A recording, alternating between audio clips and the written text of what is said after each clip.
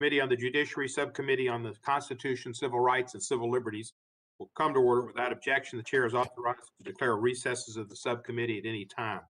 I welcome everyone to today's meeting on HR 40.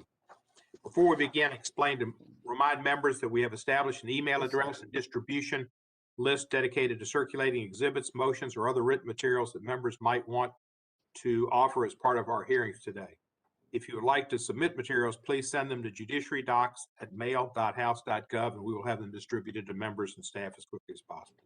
I'll now recognize myself for an opening statement. The enslavement of people of African American descent in America was started before we were a country in 1619 and has gone on for through into the Civil War.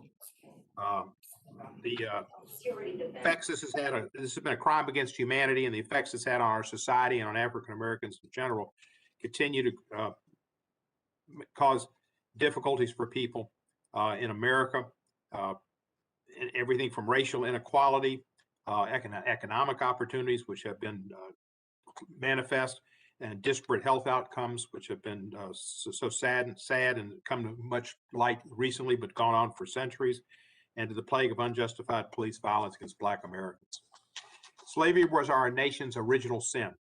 Our Constitution protected it, embodying various compromises that gave disproportionate power to slave states. For example, the 3/5 clause, which we always hear about, counted a slave as 3/5 of a person for population counts, which in turn gave disproportionate representation to slave states in the House of Representatives, and accordingly in the Electoral College, which was created as a way to elect a president, and that gave slave states another avenue to exercise disproportionate influence over national affairs. In essence, slaves counted for 3/5 toward the representation in Congress and the Electoral College, but it gave slaves nothing. It gave their masters something, and it gave them more power. And so it was not, Congress wasn't made up of representation of people who had rights and who were free people. It was representative of, in the South, of people who didn't. And it was a compromise that stained our Constitution. It is only fitting then that in the midst of a continuing reckoning over police treatment of Black people in a pandemic that has disproportionately impacted Black Americans, that we should hold this hearing today on HR 40, the Commission to Study and Develop Reparation Proposals for African Americans Act. Our colleague, Representative Sheila Jackson Lee, who's a member of the subcommittee, is the current lead sponsor of this legislation. I'm proud to be and have been an original co-sponsor ever since I came to Congress in 2007. Chairman Nadler's with us, who's also a longtime co-sponsor of the bill. The greatest credit for HR 40 belongs really to two individuals. First and foremost, our former colleague and the former chairman of the House Judiciary Committee, my friend, my mentor, and my political father when I came to Congress, the late John Conyers Jr. He first introduced this legislation over 30 years ago and reintroduced it every Congress thereafter until his retirement. He named it HR 40 for the promise that was given slaves after the Civil War for having 40 acres and a mule. And that's where HR 40 came from. John Conyers was a great man and a great leader, and it's properly remembered here today. The second individual most responsible for HR 40 is unfortunately one of the most despised characters in American history, John Wilkes Booth. You know, why John Wilkes Booth? Because when he assassinated Abraham Lincoln, that led to Andrew Johnson becoming the president of the United States, and President Johnson effectively rescinded the promise made by General William Tecumseh Sherman to former slaves that they would each be guaranteed that 40 acres of land and that mule, that each person they'd become free as free persons, a promise that colloquially referred to as 40 acres and a mule. That ended with the assassination of President Lincoln, and it really started off serious problems in our country and shortchanged the newly freed Americans. HR 40 would create a commission to study the history of slavery in America, the role of the federal and state governments in supporting slavery and racial discrimination, other forms of discrimination against the descendants of slaves, and the lingering effects of slavery on African Americans. The commission would also make recommendations as to appropriate ways to educate the American public about its findings and appropriate remedies in light of those findings. And I want to digress for a minute and mention a hearing we had. It might have been the first full hearing we had on H.R. 40 back in about 2007 or 2008. One of our witnesses was Charles Ogletree, one of the giants in the courtroom and with the NAACP Legal Defense Fund. He said at that time, H.R. 40 was a study of reparations. It may not be the 21st century equivalent of 40 acres and a mule, and the 21st century equivalent, he said, was an SUV and a condo. He said it might be gigantic programs to help people, particularly African Americans, but others who have been disproportionately affected in healthcare and economic opportunity, et cetera, et cetera, et cetera. An honest reckoning with the federal government's role in protecting the institution of slavery has been a leading priority of my congressional career. Back in 2007, I introduced HRES 194. That was my first year in Congress, an apology by the House of Representatives for its role in perpetuating both slavery and its noxious offspring, Jim Crow.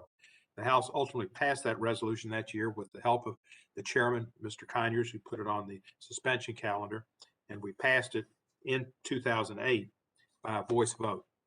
As I noted, my resolution is it was not just slavery itself that was wrong, but also the visceral racism against persons of African descent upon which American slavery depended, a racism wanted to become entrenched in the nation's social fabric, an evil that we must continue to confront today. My resolution emphasized the white slavery was our nation's original sin, while slavery was our nation's original sin. The underlying sin of anti-Black racism did not end with the Civil War and the 13th Amendment, and Congress's inaction and acquiescence in the face of such racism was a big reason why. The Senate passed a resolution similar to ours, but not quite the same in the following Congress. We unfortunately didn't pass them at the same time and have a joint resolution, but the Senate passed an apology as well. And that was a good act by the Senate. It's unfortunate we weren't able to put them together. I watched a couple of movies in the last couple of days. Chadwick Boseman's movies about Jackie Robinson and one about Thurgood Marshall. And in those movies, I was so affected by what you saw. And I know they're movies, but they reflected life. And the racism that Jackie Robinson faced getting into baseball, that was 1947 when he was with Montreal and then the Dodgers. Racism from the coaches, from the other players, and from the fans. It was just disgusting. And Thurgood Marshall faced the same thing. Up in Connecticut, when he and Mr. Friedman were representing a criminal defendant, Mr. Friedman faced it too. Some of the racists that took out actions against African Americans took it out against the Jewish man too. The attorney calling him a kike and beating him up. So there's been a whole lot of horror in our nation's past, and a lot of it's been racism that still we suffer from. Racism became further entrenched after slavery's end, as reflected in the societal attitudes in Jim Crow laws, as the system of racial segregation laws intended to separate and unequal societies for whites and African Americans that was enforced through both official means, which I unfortunately saw as a young child, colored water fountains, colored restrooms, colored sections at the football stadium, Mr. Owens. When I went to the football stadium here in Memphis, the place for African Americans to sit for the big SEC football games was in the end zone, in the lower corner, in the lower 10 rows. The only thing they could have done to make the seats worse would have to put a hot dog stand in front of to interfere with the vision. It was just unbelievable what they did with the unequal opportunities.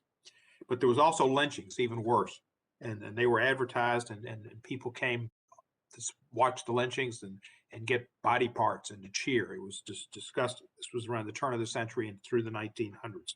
There was violence, intimidation, and disenfranchisement, mostly in the South, but other places as well. It was not until 100 years after the end of slavery that Congress, under pressure from the civil rights movement, Thurgood Marshall's work, Dr. King's work, Baird Rustin and others, finally carried out its duty to end Jim Crow by passing the Civil Rights Act of 1964 and the Voting Rights Act of 1965 and other core civil rights statutes, better fulfilling the Constitution's guarantee of equal citizenship for all. And while those great civil rights leaders were greatly responsible for the Civil Rights Act and the Voting Rights Act, and certainly our late colleague John Lewis was too, something that sometimes is forgotten in those facts is that the assassination of John Kennedy, a second assassination of an American president, although we had others in between, President McKinley, but President Kennedy's assassination led to an outpouring of support for these acts that Lyndon Johnson was able to help um, um, bring into legislation. He nurtured them and brought them forth. But while the assassination of Abraham Lincoln hurt the effort at having opportunity, the assassination of John Kennedy unfortunately helped it. Today, our nation continues to struggle with the legacy of the anti-Black racism that undergirded slavery and Jim Crow. We see this in statistics that paint a bleak future, bleak picture. For instance, according to the Census Bureau, 18.8% of African Americans lived in poverty in 2019, compared to 7.3% of non-Hispanic whites who lived in poverty. The Washington Post reported last year that in 2016, the net worth of African American households was $13,024, which was less than 10% of the $149,000 net worth of non-Hispanic white households. Limited access to wealth-building resources and opportunities have led to this stark disparity. For instance, African Americans continue to face discrimination in the workplace. They also have limited access to educational opportunities, according to the National Education Association. The high school graduation rate for African Americans was 67% compared to the nationwide average of 81%. They also continue to face racial segregation in housing and discrimination in the availability of quality healthcare services and most other facts of life. The COVID-19 pandemic has only exacerbated the effect of this structural racial disparities. Workers on the front lines at low-paying jobs, often not covered by unions in the South and collective bargaining and lower wages and contact with people on the front lines where COVID-19 is spread. Enacting H.R. 40 would be an important step in finding effective long-term solutions to these problems, ones that can trace their origins to our nation's shameful history of slavery and anti-Black racism. Professor Ogletree of Harvard noted, as I've mentioned earlier, about the 40 acres and a mule, but he also put a focus on the poorest of the poor, including efforts to address comprehensively the problems of those who have not substantially benefited from integration or affirmative action. I hope our hearing today can lead to a fruitful conversation with the hope of achieving that goal. I thank our witnesses for being here today and look forward to their testimony. At this point in our hearing, we normally recognize the ranking member. The ranking member is Mr. Johnson, but today Mr. Burgess Owens, new member from the state of Utah, I believe will serve as ranking member, and I will recognize Mr. Owens for his opening statement. Thank you, Mr. Chairman.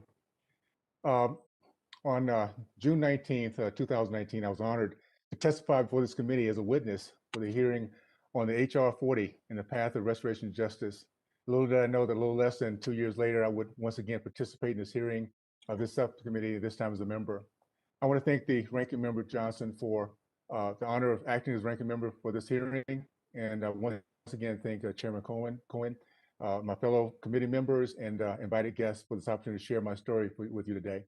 Before I share my story, let me emphasize 3 points to help guide us through our discussion. First, let me reiterate that slavery was and still is an evil, whether it be the 83-year history of our nation or prior 3,000-year history or the presence around the world today. Incompatible with American ideals, we purge the stain from our nation's soul at the cost of 600,000 American lives. I'm a product of that evil practice. My great-great-grandfather Silas arrived here in the belly of the slave ship, sold to the Burgess plantation. He escaped through the Underground Railroad and died a successful entrepreneur. Built the first Black church, elementary, purchased 102 acres of farmland that he paid off in 2 years. Second, reparations is not the way to right our country's wrong. What I propose later will be more lasting. Third, it is impractical and a non-starter for the United States government to pay reparations. It is also unfair and heartless to give Black Americans the hope that this is a reality. The reality is that Black American history is not one of a hapless, hopeless race oppressed by a more powerful white race. It is instead a history of millions of middle and wealthy class Black Americans throughout the early 20th century achieving their American dream. We're discussing this morning the theory of reparation. It's nothing new. It's been tried over the last 100 years, resulting in the misery and death of over 100 million men, women, and children. It's called redistribution of wealth, or socialism. Instead of that theory, I'd like to share the reality of a race whose history of success in America has been stolen, and what we can do to repair that damage. I grew up in the Deep South, Tallahassee, Florida, in the 50s and 60s, the days of KKK, Jim Crow, and segregation. It was my community that was our nation's most competitive community. We believed and taught the love of God, country, family, respect for women and authority. We believed in commanding respect through meritocracy, not just in sports and entertainment, but in every discipline: math, science, exploration, innovation, farming, entrepreneurship. We had a reputation as a race for our courage and commitment. We led our country in the growth of the middle class during that period. Men matriculated from college, men committed to marriage over 70%, and the percentage of entrepreneurs over 40%.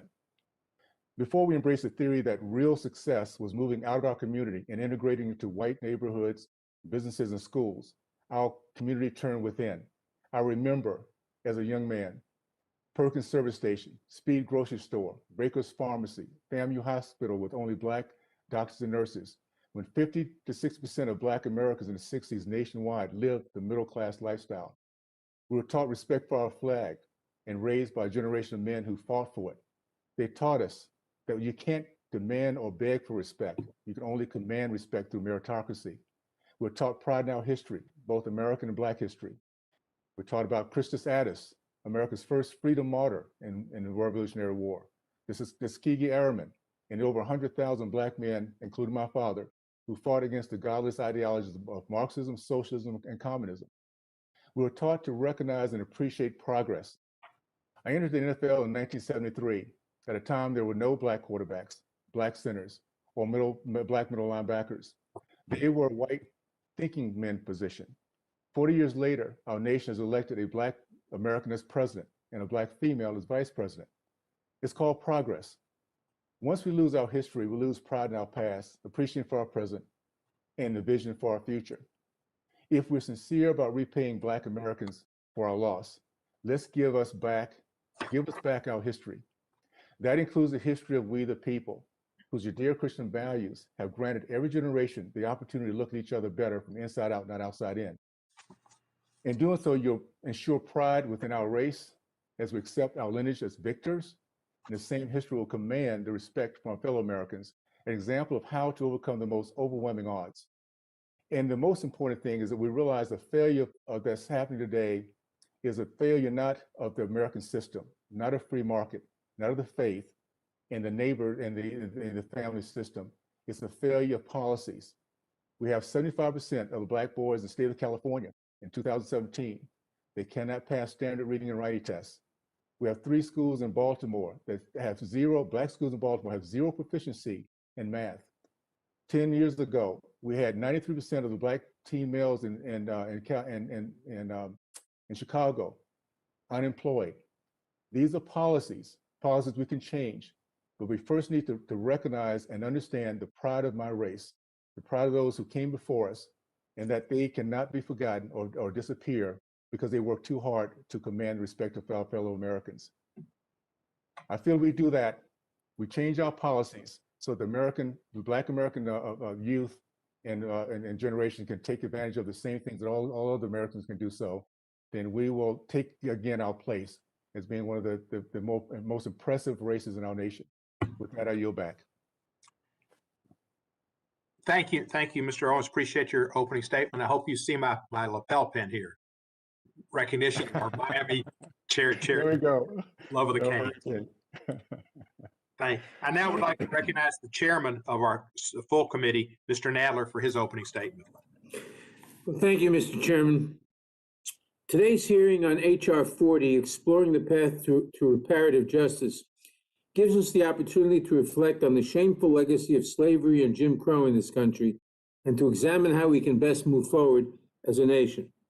For nearly 3 decades, the former chairman of the House Judiciary Committee, John Conyers of Michigan, introduced H.R. 40, which would establish a commission to study proposals for slavery reparations.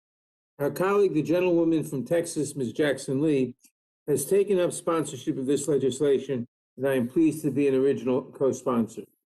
H.R. 40 is intended to begin a national conversation about how to confront the brutal mistreatment of African Americans during chattel slavery, Jim Crow segregation, and the enduring structural racism that remains endemic to our society today. Even long after slavery was abolished, the anti-Black racism that undergirded it reflected and defined part of our nation's attitudes, shaping its policies and institutions. Today, we still live with racial disparities in access to education, healthcare, housing, insurance, employment, and other social goods that are directly attributable to the damaging legacy of slavery and government-sponsored racial discrimination. These disparities in terms of disproportionate burdens on African Americans have only been exacerbated by the COVID-19 pandemic. It is important to recognize that H.R. 40 makes no conclusion about how to properly atone for and make recompense for the legacy of slavery and its lingering consequences. It does not mandate financial payments of any kind, and it does not prejudge the outcome of the Commission's work. Instead, it sets forth a process by which a diverse group of experts and stakeholders can study the complex issues involved and make recommendations.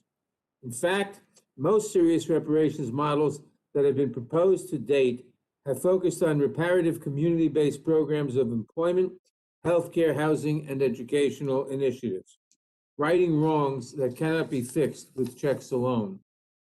This moment of national reckoning comes at a time when our nation must find constructive ways to confront the rising tide of racial and ethnic division.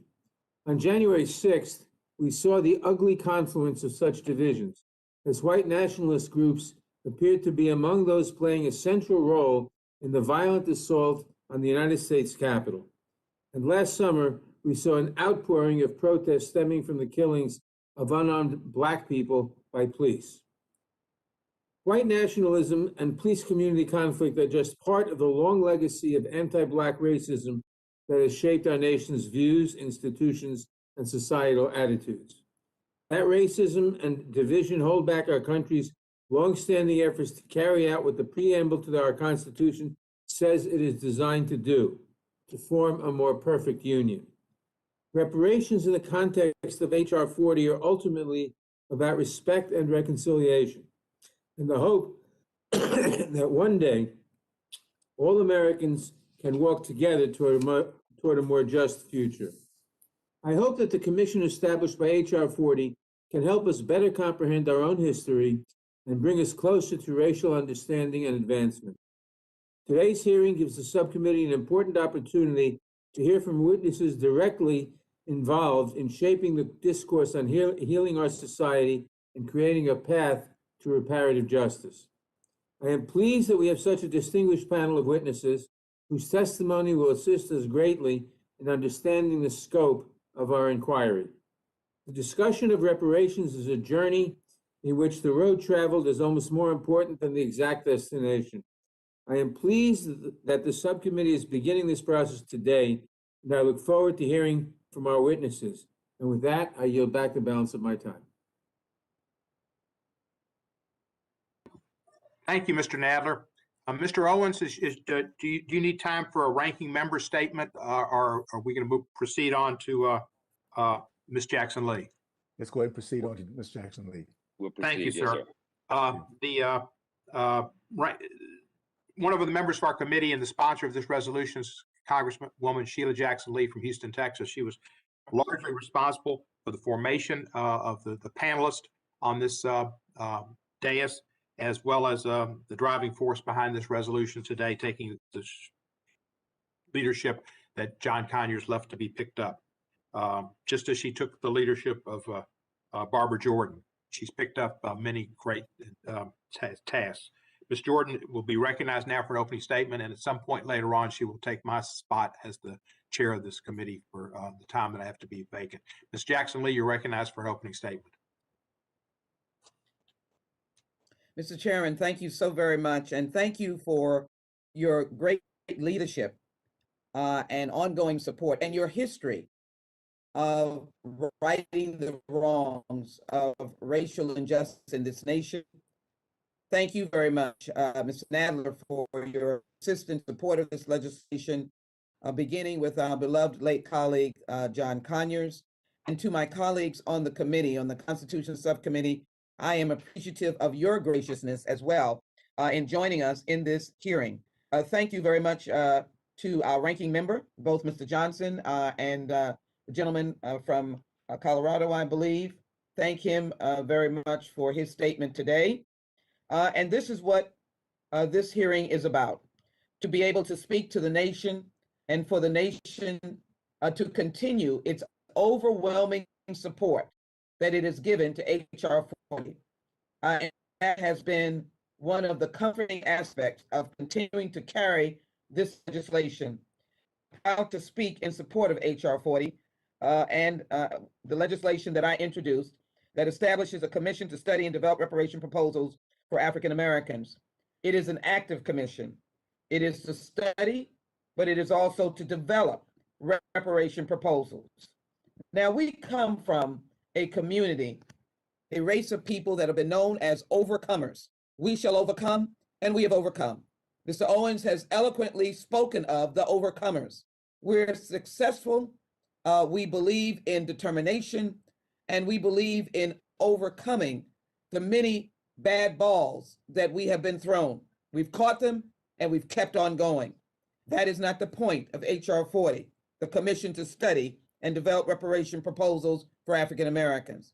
For hidden in the corners of this nation are those of African American heritage, the descendants of enslaved Africans who have felt the sting of disparities. They continue to feel that sting. Now more than ever, the facts and circumstances facing our nation demonstrate the importance of HR 40 and the necessity of placing our nation on the path to reparative justice. That is what HR 40 is about.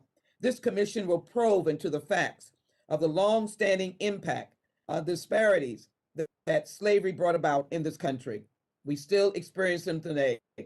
When this committee last met to discuss this legislation, we required 3 overflow rooms to contain the scholarship and the passion displayed in support of this bill.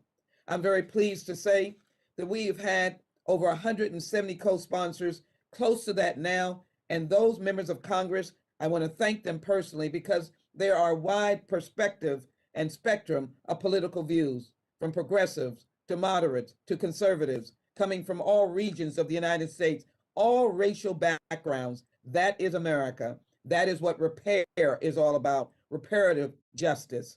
Since that time, we have seen a pandemic sweep the country, taking more than 500,000 souls in its wake and devastating the African American community. According to the latest estimates from the U.S. Centers for Disease Control, Black people get COVID-19 at a rate nearly 1.5 times higher than that of white people. They're hospitalized at a rate nearly 4 times higher than them and are 3 times as likely to die from the disease. We've seen it in our cities and our rural communities across America. Interestingly enough, a recent peer-reviewed study from Harvard Medical School suggests that reparations for African Americans could have cut COVID-19 transmission and infection rates both among Blacks and the population at large. Their analysis, based on Louisiana data, determined that if reparation proposals had been implemented before the COVID-19 pandemic, narrowing the wealth gap, COVID-19 transmission rates in the state's overall population could have been reduced by anywhere from 31 to 68%. Mr. Chairman, I ask unanimous consent to submit into the record the Harvard article. Without objection, it shall be Since our admitted. last hearing, we have also seen hundreds of thousands. Since our last hearing, we have also seen hundreds of thousands peacefully take to the streets in support of Black lives and accountability for law enforcement. Many of these protesters carried signs in support of HR 40 and made the important link between policing reform and the movement for reparative justice. Tragically, we have also witnessed insurrectionists attack this institution, brandishing symbols of division and intolerance that echo back to the darkest periods of our nation's history. Clearly, we require reckoning to restore national balance and unity. The government sanctioned slavery, and that is what we need, a reckoning, a healing, reparative justice. We need to bring our nation together. And this commission is really, it is no figment of your imagination. It is a commission that will be appointed by the majority leader of the United States Senate, the Speaker of the House, the President of the United States, a commission that will be funded for fact-based hearings, the opportunity for all people to be heard, and then, yes, a reparative healing of proposals to deal with the questions of the starkness of the life of African Americans in this country. Like our last hearing, the minority has selected 2 African American witnesses to speak against HR 40. That is their privilege. But we know that justice, facts, and that life that was led and continues to be led by African Americans is on our side. Their selection, however, fails to undermine the overwhelming support for this legislation and merely demonstrates the multiplicity of views within the Black community.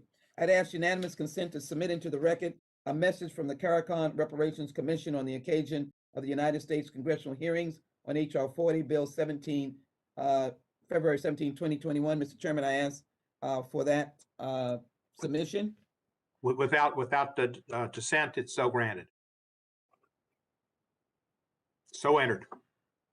Thank you. I also ask Mr. Chairman thank you. And I also ask Mr. Chairman for, as I conclude, for the submission of the Why We Can't Wait letter, because the question that Dr. King asked is relevant today. Why we can't wait. It has been signed, Mr. Chairman, by more than 300 organizations from varying backgrounds, racial backgrounds, including Japanese Americans, rabbinical associations, individuals from the Diocese of the Episcopalians, the NAACP, Urban League, and many others.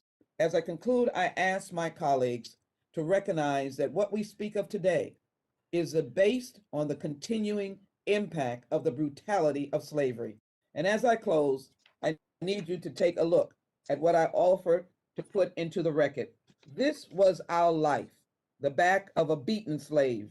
This was our life into the 20th century, hangings of African Americans, men and women.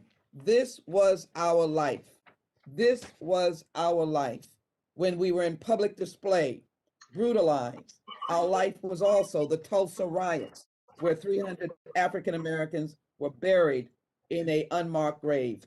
And so, Mr. Chairman, I ask unanimous consent for those pictures of lynching that continued into the 20th century, and offer to say that I conclude my remarks by saying this is a potent and powerful hearing today, and I'm glad that we're responding to the majority of Americans who see the value in H.R. 40, the Commission to Study and Develop Reparation Proposals. I yield back, Mr. Chairman. I ask unanimous consent that the pictures be submitted into the record. Pardon me? Thank you, Ms. Jackson-Lee. Those will be entered into the record without objection. Thank you. I yield back, Mr. Chairman. Thank you. Thank you, I look Ms. forward to hearing Jackson-Lee. from witnesses. Thank you. We will welcome our witnesses and thank you all of them for participating. There are 8 witnesses, 6 picked on the Democratic side and 2 on the Republican side.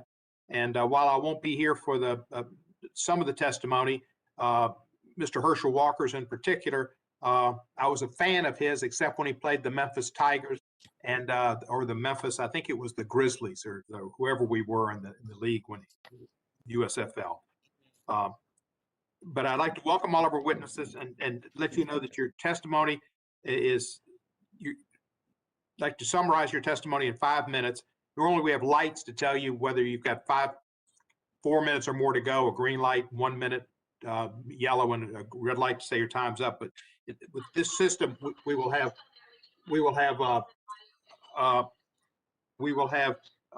timing on your screens to tell you how much time you have left, and please try to keep your statements to simply 5 minutes. All of our witnesses have a legal obligation to provide truthful testimony and answers to this subcommittee, and any false statement you make today may subject you to prosecution under Section 1001 of Title 18 of the United States Code. Also, I'd like to note that have scheduled testimony we had from former Congressman and Cabinet Secretary Norman Mineta. Unfortunately, we were informed yesterday that he is very ill, not able to participate today. I wish him a full and speedy recovery.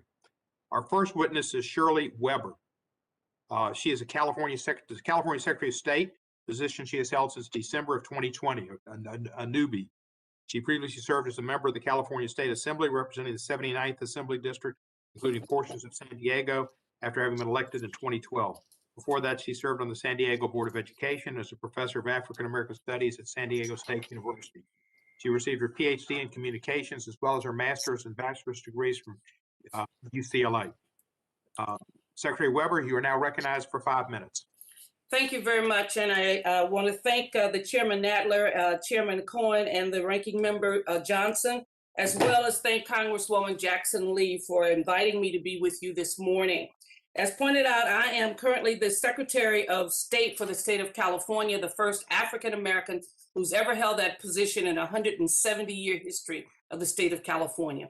And so I come to you today as the author also last year when I was in the Assembly of AB 3121, our reparations bill. For us in California, we are very clear that we need not ask whether there or not slavery has had an impact, but instead illuminate the extent to which it has had an impact. We are through AB 3121, which is law in California, are establishing the task force to study and develop reparations proposals for African Americans. It will consist of experts who study slavery's impact, educate Californians, compile a report of their findings, and provide information and recommendations to our legislature as to what we need to do to repair the damage done as a result of slavery. The body that will exist, the task force, it will encompass experts in fields such as history, ethnography, law, and civil rights. But more importantly, the body will consist of those who understand how we as Californians still reap the consequences of slavery, both nationally and in our own state. California's history with slavery is often not well known, but between the statehood in 1850 and the end of slavery in 1865, California, though named a free state, had many laws and rules and regulations that basically made it a haven for slavery. California legislature authorized Southern slaveholders to hold persons in bondage so long as they entered the state under an enslaved property state. We did not provide sanctuary to any slave who was basically seeking freedom. In 1852, we adopted the most harsh fugitive slave law in the country, encompassing state and local law enforcement or authorities to enforce self-emancipated persons living within the state back into slavery. The California Supreme Court ordered fugitive slaves, as in the case of Archie Lee, to return to its enslavers in direct violation of California's law. And until the end of the Civil War, California's city, county, and law enforcement authorities enforced the fugitive slave law. They enforced also a contract labor system that was no more than a slaveholder's effort to maintain their slaves in bondage. In other words, California state, county, and city authorities actively supported the institution of black slavery, both within and beyond the borders of California. So this history is often not a part of California's lore, that we somehow or another believe that California was this free state and had no discrimination that existed in the state of California. But it should be noted not only that every attempt that has been made by African Americans to attain wealth that was enjoyed by others has been met with violence in this nation. Not only involved the Black Wall Street in Oklahoma, but also the Allensworth story in California. We have not only taken away the good part, that African Americans had started, but the campaign of terror met by African Americans has tactics such as fear-mongering, lynchings, discriminatory voting laws, lower wages, denied home ownership, and these tactics have led to inequalities and the reality in California. According to Governor Newsom in 2020 State of Black California, that we make up only 8% of California's population, yet we make up 43% of the homeless population in California. We also make up only 5.6% of the male population of California, yet we make up 28% of those who are incarcerated, Black men who are incarcerated. So the recent population and also shows us by any indication that African-American children, despite the fact that they have been in California for many years, continue to perform at the lowest level that's possible. And of course, COVID has emphasized to all of us, the COVID-19, just the disparities that exist in California in terms of the deaths and the health system that has failed us all. In sum, the age of enslavement, both in California and across the nation, birthed a legacy of racial harm and inequality that continues to impact the conditions of Black life in California. People have suffered various injuries and losses through the malicious culpability, negligence, and conduct of others that have the right to, and we have the right to redress. Interestingly enough, we have had reparations in many areas throughout in California in this nation, and yet none have felt the need to provide it for African Americans. The task force is currently being established. We hope that the recommendations that will come forth will be recommendations that will begin to repair the damage done to us in California. By no means does this mean that there should not be federal reparations in any sense. The law clearly states that. But out of all due respect, Californians can no longer wait for the national government to do its job.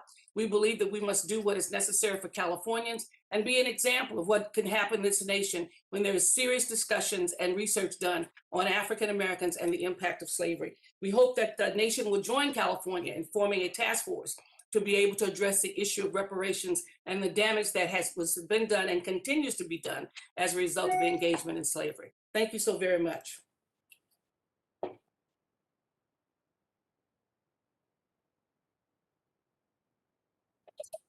Thank you, Madam Secretary. Our next witness is, and I'm going to have to work with me on the pronunciation, Tendayi Akioma. If I'm wrong, I apologize. She is a professor of law at UCLA and the UN Special Rapporteur on contemporary forms of racism, racial discrimination, xenophobia, and related intolerance. Her work focuses on the global governance of racism and xenophobia and the legal and ethical implications of colonialism for contemporary international migration. More generally, her research and teaching interests lie in international human rights law, international refugee law, international migration, and property. She earned her JD and her BA from Yale University, and then moved on to the sunny Southern California. Professor, you are recognized for 5 minutes. Thank you very much. Congresspersons, it's a privilege to address you today. I'm a professor of law at UCLA School of Law, where I'm a core faculty member of the Promise Institute for Human Rights and the Critical Race Studies program. And my areas of expertise include international human rights law and the global governance of racism. I'm also the United Nations Special Rapporteur on contemporary forms of racism, racial discrimination, xenophobia, and related intolerance. In this role, I'm an independent expert who's appointed to provide counsel to UN member states regarding, among other things, the meaning of their obligations under international human rights law to combat racism, racial discrimination, and to promote racial equality. My testimony today is drawn to a great extent from a report I presented to the United Nations General Assembly in 2019 on the urgency of reparations for racial discrimination rooted in transatlantic slavery and colonialism. International law recognizes reparations as necessary for rectifying wrongful acts and providing accountability for human rights violations. Within the international legal system, reparations entail a specific framework and responses, which I describe in full in my written testimony. But briefly, within the system, reparations are defined broadly to require restitution, compensation, satisfaction, rehabilitation, and guarantees of non-repetition. Popular conceptions of reparations are often fairly narrow, focusing only on financial compensation. But by contrast, the international system places emphasis on a more comprehensive approach, according to which financial compensation may certainly be necessary but not sufficient. Other required measures may include transforming the political, economic, and social institutions and mechanisms for disclosing truth and restoring dignity for those subject to racial subordination resulting from legacies of enslavement.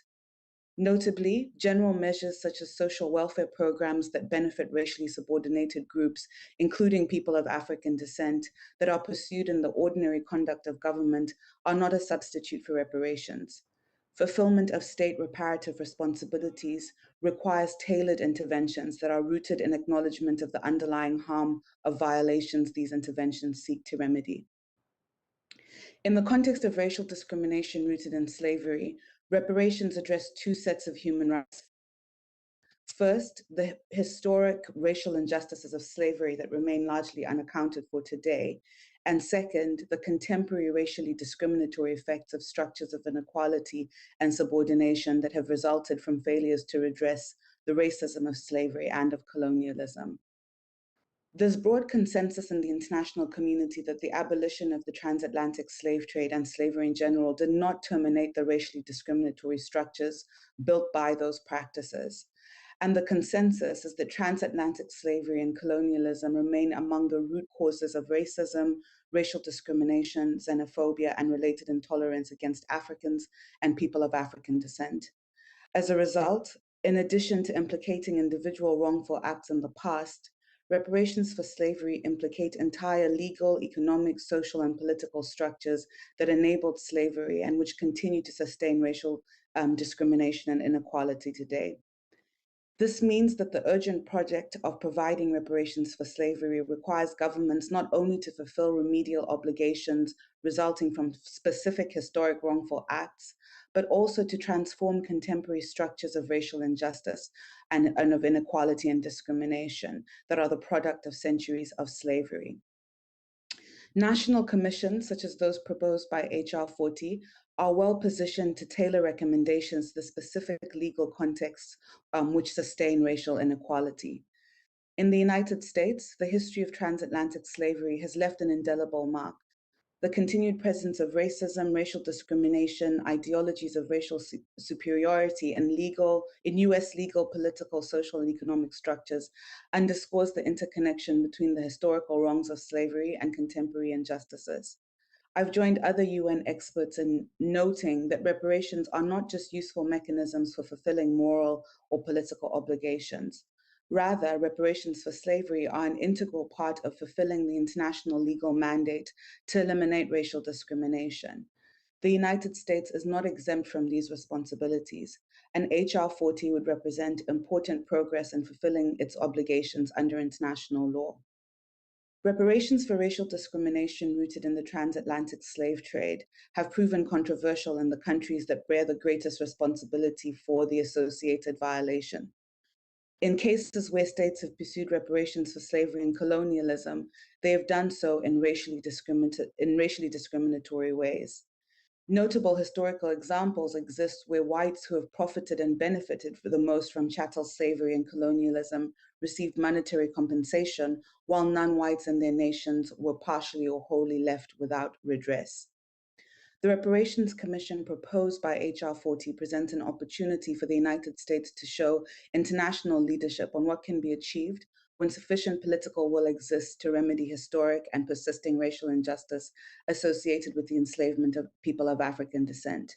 Among the most significant barriers to the pursuit of reparations for people of African descent in the United States and elsewhere is the absence of comprehensive accounting of the harms of slavery, and the Reparations Commission would provide the foundation for this accounting.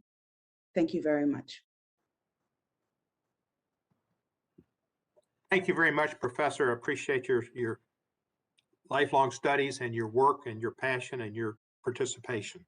Our next witness is Kathy Masoka. Ms. Masoka is co-chair of NICI for Civil Rights and Redress. Since 1971, she's worked on youth, workers, housing, and redress issues in the Little Tokyo section of Los Angeles. She's a graduate of University of California, Berkeley. Ms. So how's my voice? Good. Sir, you're recognized. Ms. Masoka? Yes. Thank Good you. morning. Good morning, Chairperson, Ranking Member of the committee, and members of the committee.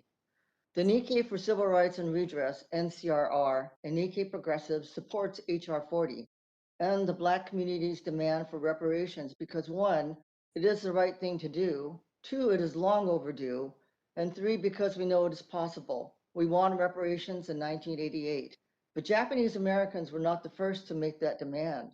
The Black community has long demanded reparations. In 1963, Queen Mother Audley Moore, the mother of modern-day reparations movement, launched a campaign claiming back pay for descendants of enslaved peoples, as well as job quotas and training.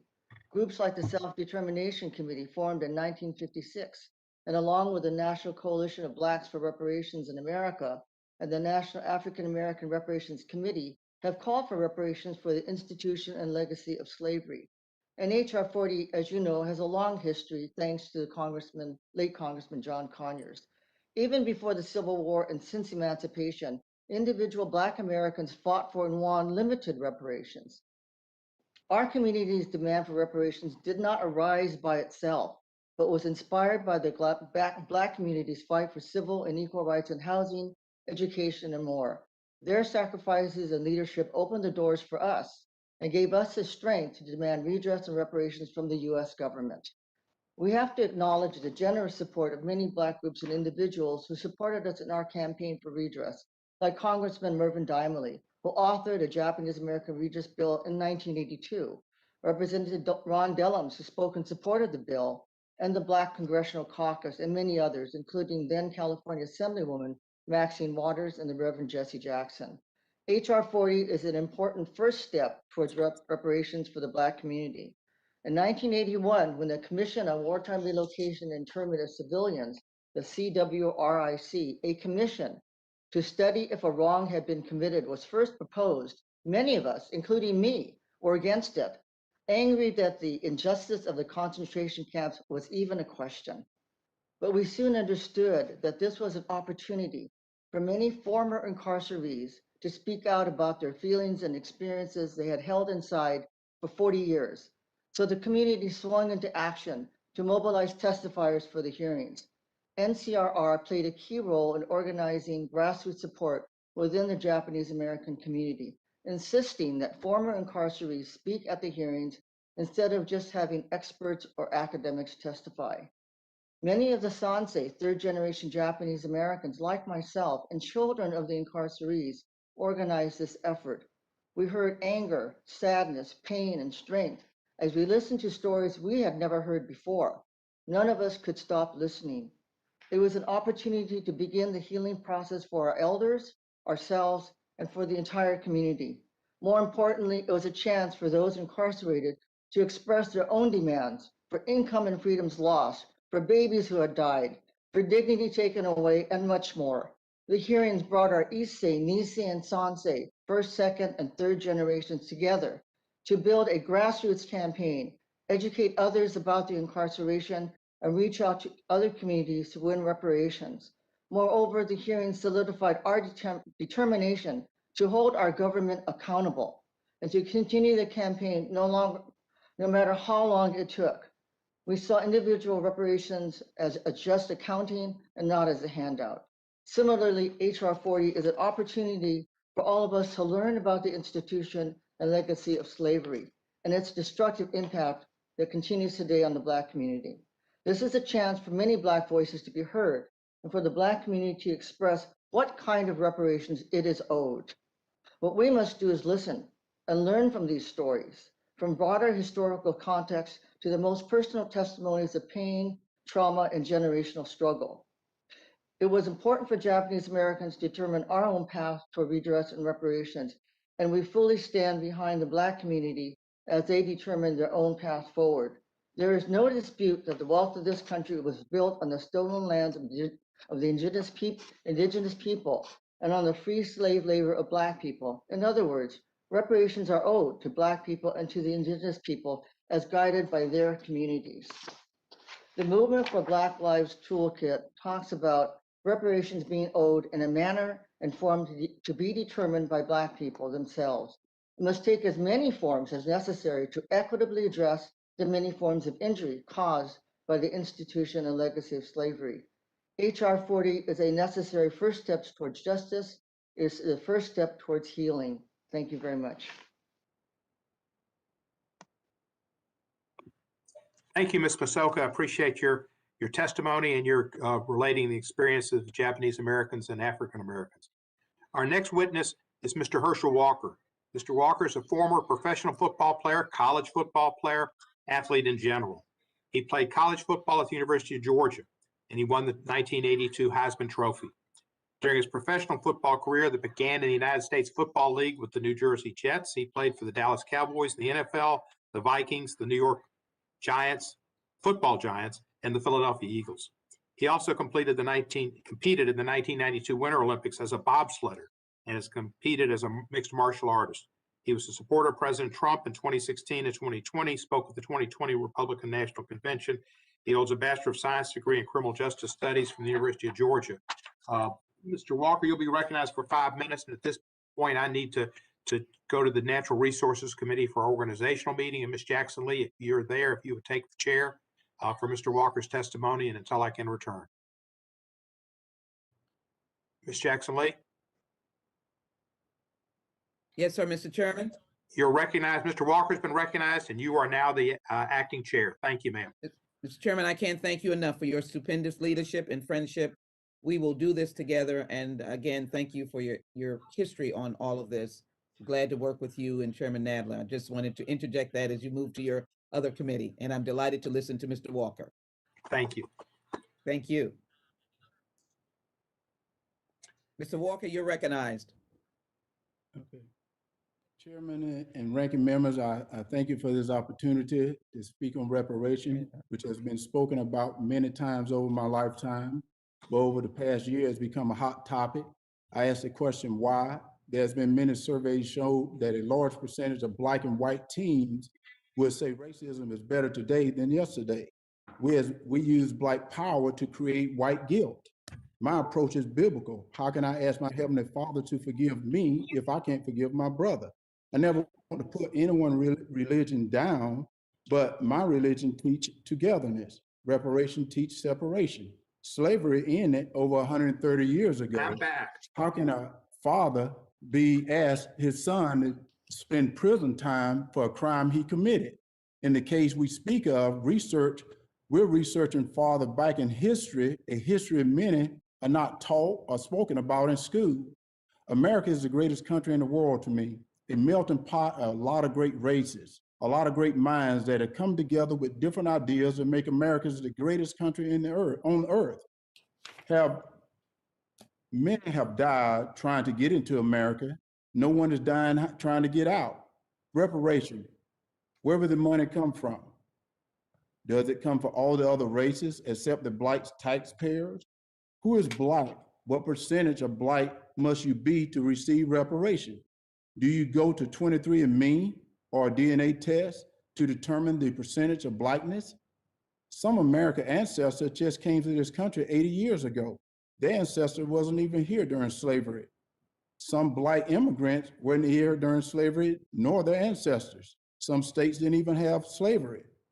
We as Black Americans have always wanted what the Constitution stated, all men, Black, white, and today Latino, Asian, Italian, etc., should be guaranteed the alienability rights of life, freedom, and the pursuit of happiness. Years later, after slavery ended, Dr. King, I Have a Dream speech, said, the signing of the Emancipation Proclamation was a great beacon of light, but hundreds of years later, we're still not free because of segregation and discrimination. Today, I call that reparation. I asked my mom, who is in her mid-80s, her thought on reparation. Her words, I do not believe in reparation. Who is the money going to go to? Has anyone thought about paying the families who lost someone in the Civil War, who fought for their freedom? Your dad and I taught you, speaking of me, to provide for you and your family through a good education and hard work. If you give a man a fish, you feed him a day. You teach him to fish, you feed him a lifetime. Reparation is only feeding you for a day. It's removing the sign of for whites only, replacing the sign for no education here. Black America is asking for a hand up, not a handout. Another big question, who is the guilty party? Should we start at the beginning where African Americans sold the African American ancestors into slavery and to a slave trader who eventually sold the African American ancestors to slave owners? The slave owners who had no success and no luck trying to make a Native American whose land they took become their slave because the Native American ran away. Well, they thought it was fine then to use African American who didn't know the country, didn't know the language, didn't know the religion, and they didn't run away. So I asked, why reparation? Well, slavery is because to the year 2021, still talking about reparation, not equal education, not to compare a game to a horrible period in my life, but as I fought shoulder and shoulder with my fellow football brothers of other races, I saw struggles they were encountering the same as I. And I heard them speak to their parents of problems my family were dealing with as well. If a Black player would have been given something different than any other player, it would have created problems within the team, separation and division. Ezekiel 18:20, the righteousness of the right shall be upon him. The son shall not suffer for the crime of the father, nor the father suffer the crime of the son, unless either father or son know beforehand the father or son was a criminal. To help any race, provide them with a good quality education and help incentivize through opportunities with responsibilities, which helps generations in the future. If reparation is a fee or a correction for a terrible sin of slave owners, government, and others, but we punish the non-guilty party, is it not creating division or separation with different races? I feel it continues to let us know we're still African American rather than just American. Reparation or atonement is outside the teaching of Jesus Christ, who you are teaching, who will not be teaching the word of God. So I speak back.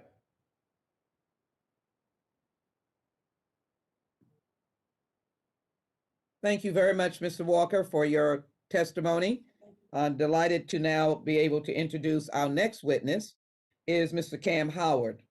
Mr. Howard is the male co-chair of the National Coalition of Blacks for Reparations in America, or NCOBRA. If I might, NCOBRA is a founding father and mother of the effort and the mission of HR 40, working early on with the late Dean of the United States Congress, John Conyers, and continuing to work with over 300 organizations that are now standing very effectively in support of HR 40. And NCOBRA is a mass-based coalition of organizations and individuals organized for the sole purpose of obtaining reparations for persons of African descent in the United States. He is a Chicago businessman and real estate investor and a longtime activist on the issue of reparations and reparative justice.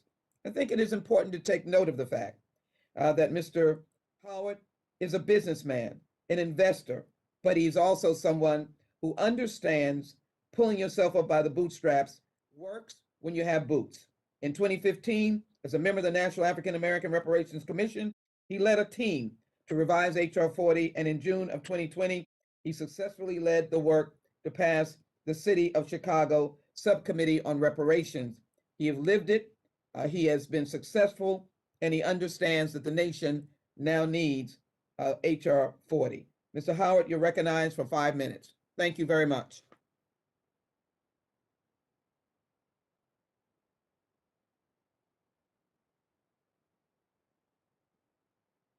Mr. Howard?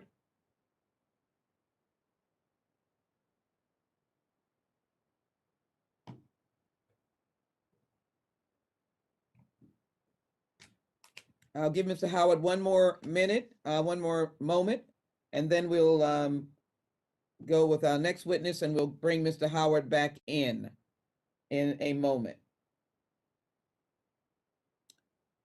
Let me now move to our next witness is Mr. Elder. Mr. Elder is a conservative attorney, author, and host of the nationally syndicated radio program, The Larry Elder Show. He also writes a nationally syndicated column and produces videos for his YouTube channel in association with the Epoch Times. Mr. Elder received his JD from the University of Michigan and his BA from Brown University. Mr. Elder, you're recognized for 5 minutes. Congresswoman Lee, thank you very much for having me. I really appreciate it. I am the executive producer of a documentary that came out June 19 last year called Uncle Tom, An Oral History of the Black Conservative. And as Congresswoman Lee pointed out, Black people are a race of overcomers. And it talks about the fact that despite all the problems that have been brought up in this committee about racism, about slavery, about Jim Crow, Black people have overcome to the point now where only 20% of Black people are below the federally defined level of poverty. Still too high, but in 1940, that number was 87%. And 20 years later, that number had been reduced to 47%, a 40-point drop in 20 years. That is the greatest 20-year period of economic expansion for the history of Black Americans. And notably, they came before the Brown versus Board of Education decision. They came before the Civil Rights Bills of 1964, 1965. Despite all of this racism, all of this prejudice, Black people still overcame. I also find it ironic we're having this hearing 13 years after we elected and then re-elected the first Black president of the United States. I'm old school.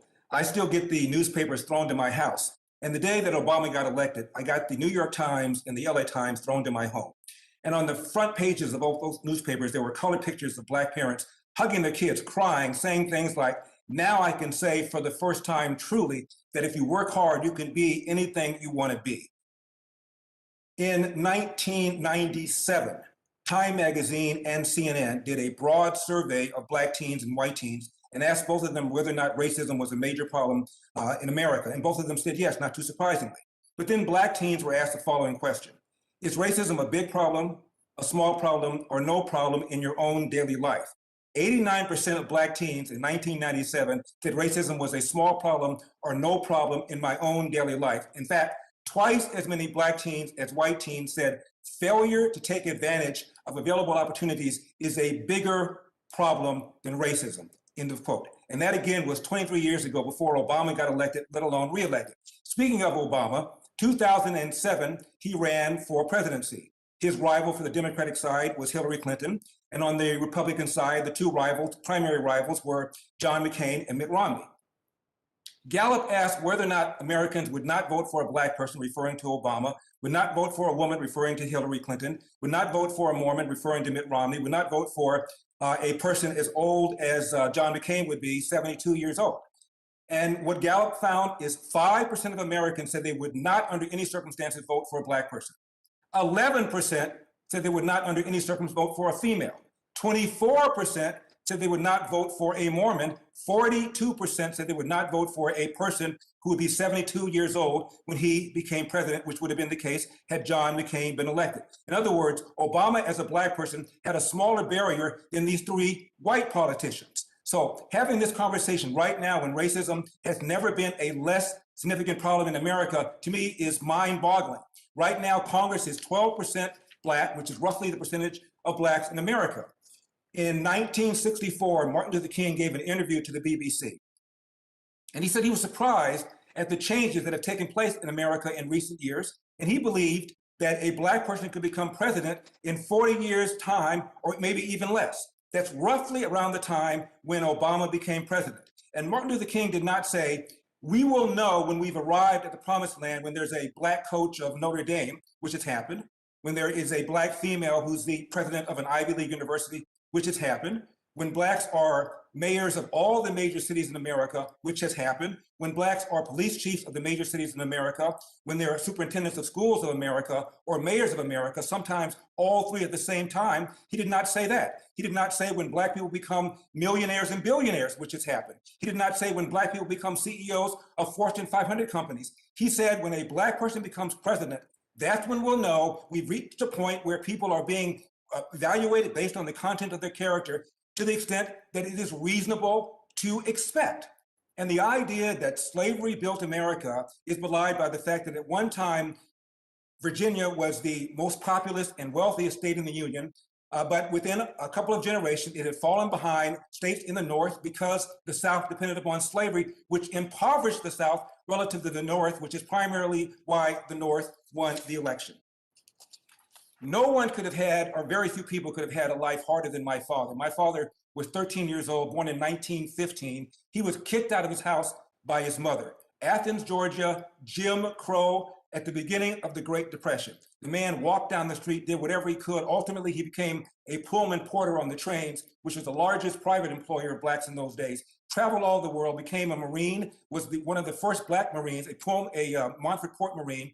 And my dad always told my brothers and me the following: hard work wins. You get out of life what you put into it. You cannot control the outcome, but you are 100% in control of the effort. And before you complain about what other people did to you, go to the nearest mirror and say to yourself, what could I have done to change the outcome? And my dad always told us this: no matter how hard you work, no matter how good you are, sooner or later, bad things will happen to you. How you respond to those bad things will tell your mother and me if we raised a man. And my father always said this about the Democrat Party: they want to give you something for nothing. And when you're trying to get something for nothing, you almost always end up getting nothing for something. Thank you very much for taking the time. I appreciate it.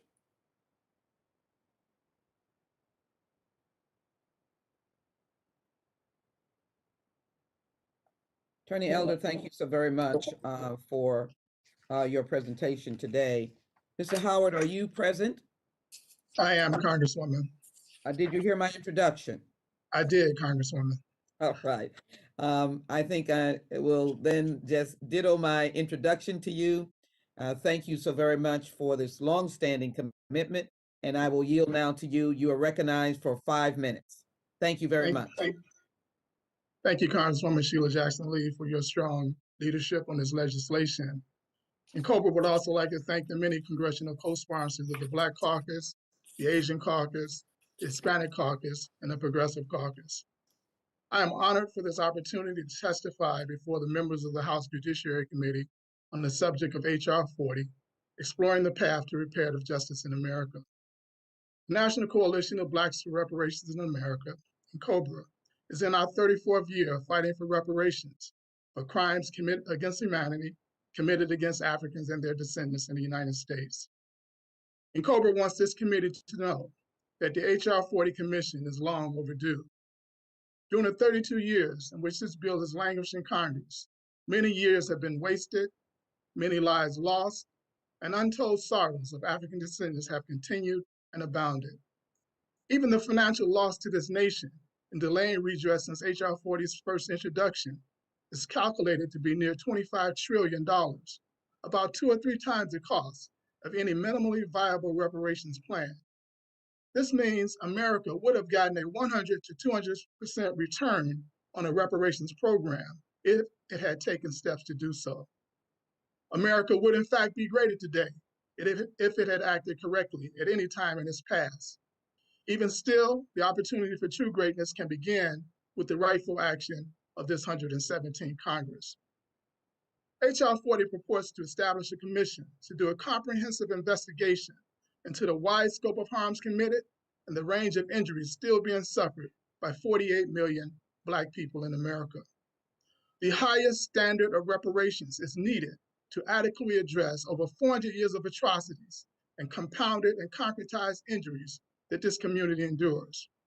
No quick fix, no singular action, or tweak here or there in existing policy would do. America must engage in full reparations. Full reparations is the international standard for reparations, and COBRA declares there's no rational reason why the highest standard of redress should not be applied to a people harmed by its own government in so many ways and for so many years. Full reparations has 5 encompassing areas of repair. 1, cessation assurances and guarantees of non-repetition. America must cease all continuing wrongful and injurious acts and put in place structures to ensure that they do not resurface in another name as slavery did during the Jim Crow apartheid period. The second area of repair is restitution. The goal here is restoration. Where will we be as a people if not for 246 years of stolen labor and accompanying horrors, if not for the multiple periods of multi-billion-dollar plunder post-enslavement? We must be made whole. 3, compensation. Compensation is obligatory if the damage is not made good by restitution, and it must be, quote, appropriate and proportional, unquote, to the gravity of the violations. 4, satisfaction. Here, proposals must be offered that focus on the return of our dignity. In addition, full admission of fault, full acceptance of responsibility, and the willingness to do whatever it takes to repair the wrongs is a foundation of which satisfaction rests. 5, the final component of full reparations is rehabilitation.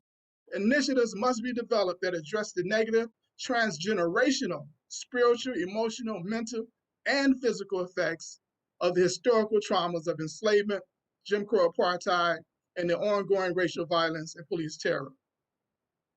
I will conclude with a brief comparison.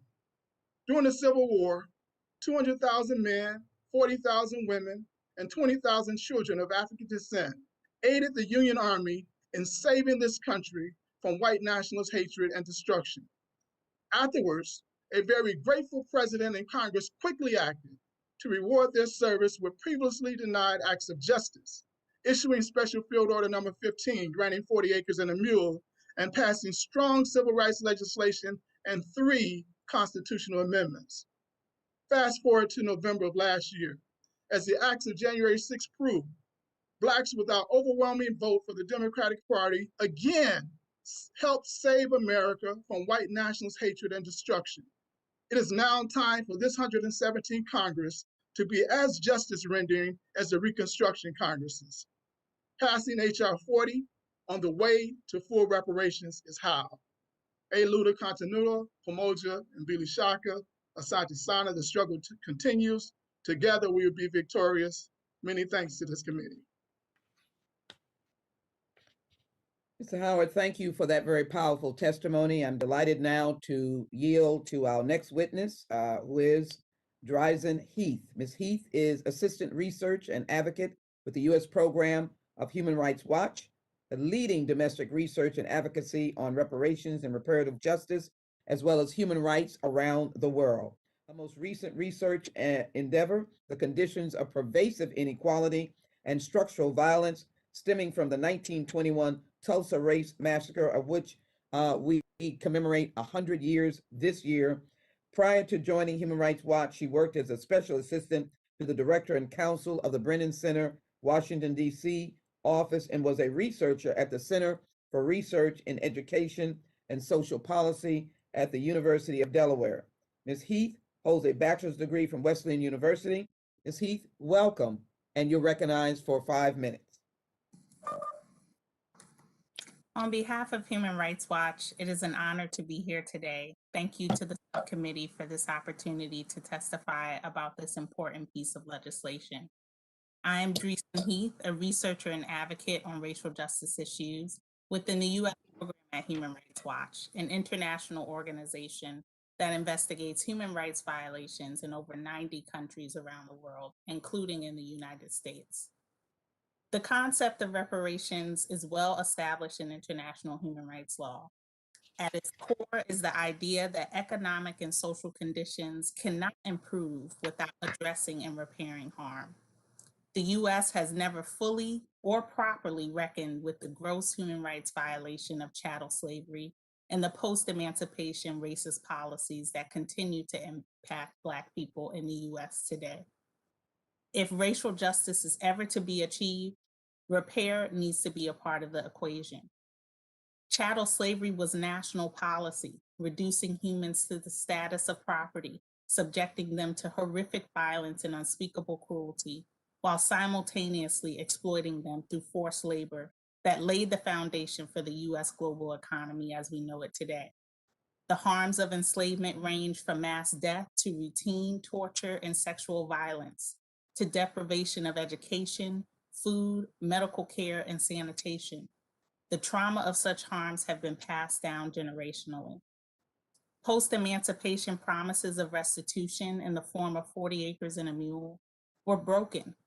Coercive discriminatory federal policies created by the New Deal and run through the Department of Agriculture helped to transfer much of the land Black farmers were still somehow able to obtain after slavery to white people, leading to Black farmers being dispossessed from roughly 90% of their land.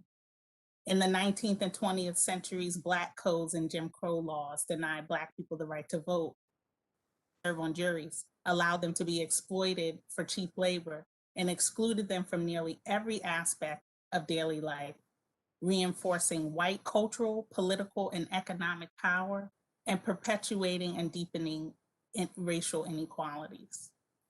The KKK, white paramilitary groups, and other white people, some deputized by law enforcement, terrorized Black people.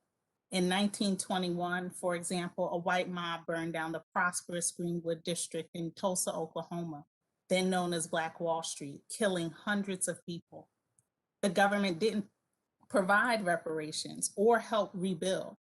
They placed obstacles in the way of their rebuilding, setting generations of Black Tulsans back in countless ways, including economically and socially today. And the Tulsa Race Massacre was just one of the many incidents of racial violence carried out by similar white mobs throughout the country between 1877 and 1950. The Equal Justice Initiative documented 4,300 terror lynchings during this period. In the 21st century alone, the federal government redlined many Black neighborhoods as high risk for lenders. making it virtually impossible for Black people to get home loans.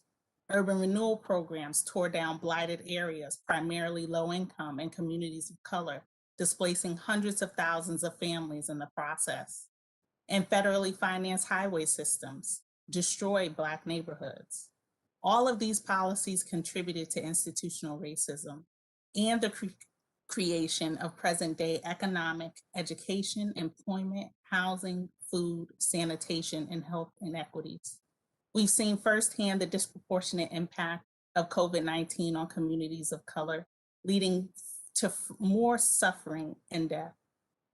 Black people continue to be police arrested and jailed at rates vastly disproportionate to their numbers.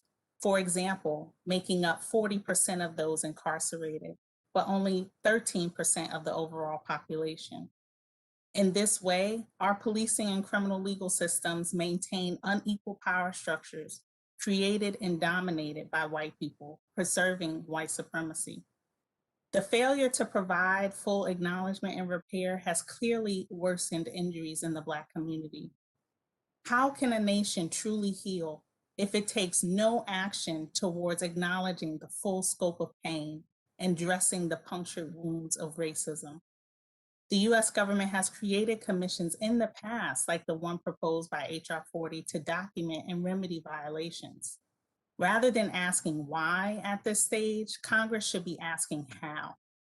How can we provide comprehensive repair for our grave and systemic failures connected to slavery, and what steps must we take to get there?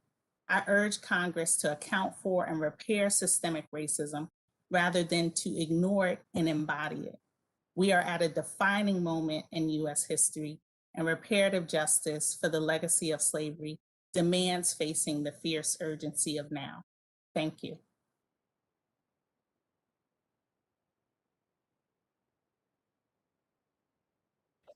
Thank you so very much for your testimony that is so provocative and well detailed. Thank you for being here this morning. We appreciate it very much. I'm delighted now to introduce our last witness, and that is Mr. Hillary O. Shelton. Mr. Shelton is director of the NAACP's Washington Bureau and its senior vice president for advocacy and policy. The question would be, who does not know Mr. Hillary O. Shelton as relates to the fight for civil rights for decades? His calming voice, his beliefs and values have been of great value to those of us in the United States Congress, to the NAACP and the nation. Mr. Shelton is responsible for advocating the federal public policy issue agenda of the oldest, largest, and most widely recognized civil rights organization in the United States. Mr. Shelton's government affairs portfolio includes crucial issues such as affirmative action, equal employment protection, access to quality education, stopping gun violence, ending racial profiling, abolition of the death penalty, access to comprehensive health care, voting rights protection, federal sentencing reform, and a host of civil rights enforcement. He has been a major force and support of information as we went through the George Floyd Justice and Policing Act, and as well, his knowledge of HR 40 has been both assisting and informative in the work and research of this committee. And so we look forward to hearing from you, Mr. Shelton, as a person that believes in expansion and protection of those who cannot speak for themselves. Mr. Shelton, you're recognized for 5 minutes. Thank you very much, Congresswoman Jackson Lee. I also want to thank my other friends on the committee, including the chairman that had to leave, Congressman Cohens, our ranking members, Johnson, vice chair and ranking, and of course the other distinguished members of this subcommittee and the Constitution, Civil Rights and Civil Liberties, as well as the Judiciary Committee for all of his help and all of his work in moving us to this point. We are excited about how things are moving on HR 40. This is a bill that we worked very closely with the late, great Congressman John Conyers of Detroit, Michigan, to look at the issues that tie together many of the challenges that African Americans and other people of color have this day. And of course, the experience of the transatlantic slave trade in the United States of America. The NAACP was founded in 1909, about 112 years ago, and has over 2,200 chartered membership units located in every state across the country. We're also on military installations throughout the world as well, places like Italy, Germany, Korea, and Japan, as we participated and joining in the very integration of these armed services as well. We are a membership-based association that continues to advocate for justice and equality for all American citizens and residents. Throughout the turbulent racial history of our country, the NAACP has steadfastly opposed institutions and persons who blocked our nation's collective ability to reach our goals. 112 years ago, over 60 persons of variety races, faith, and political affiliations resolved to end lynching and race-based discrimination in the United States and just formed the NAACP.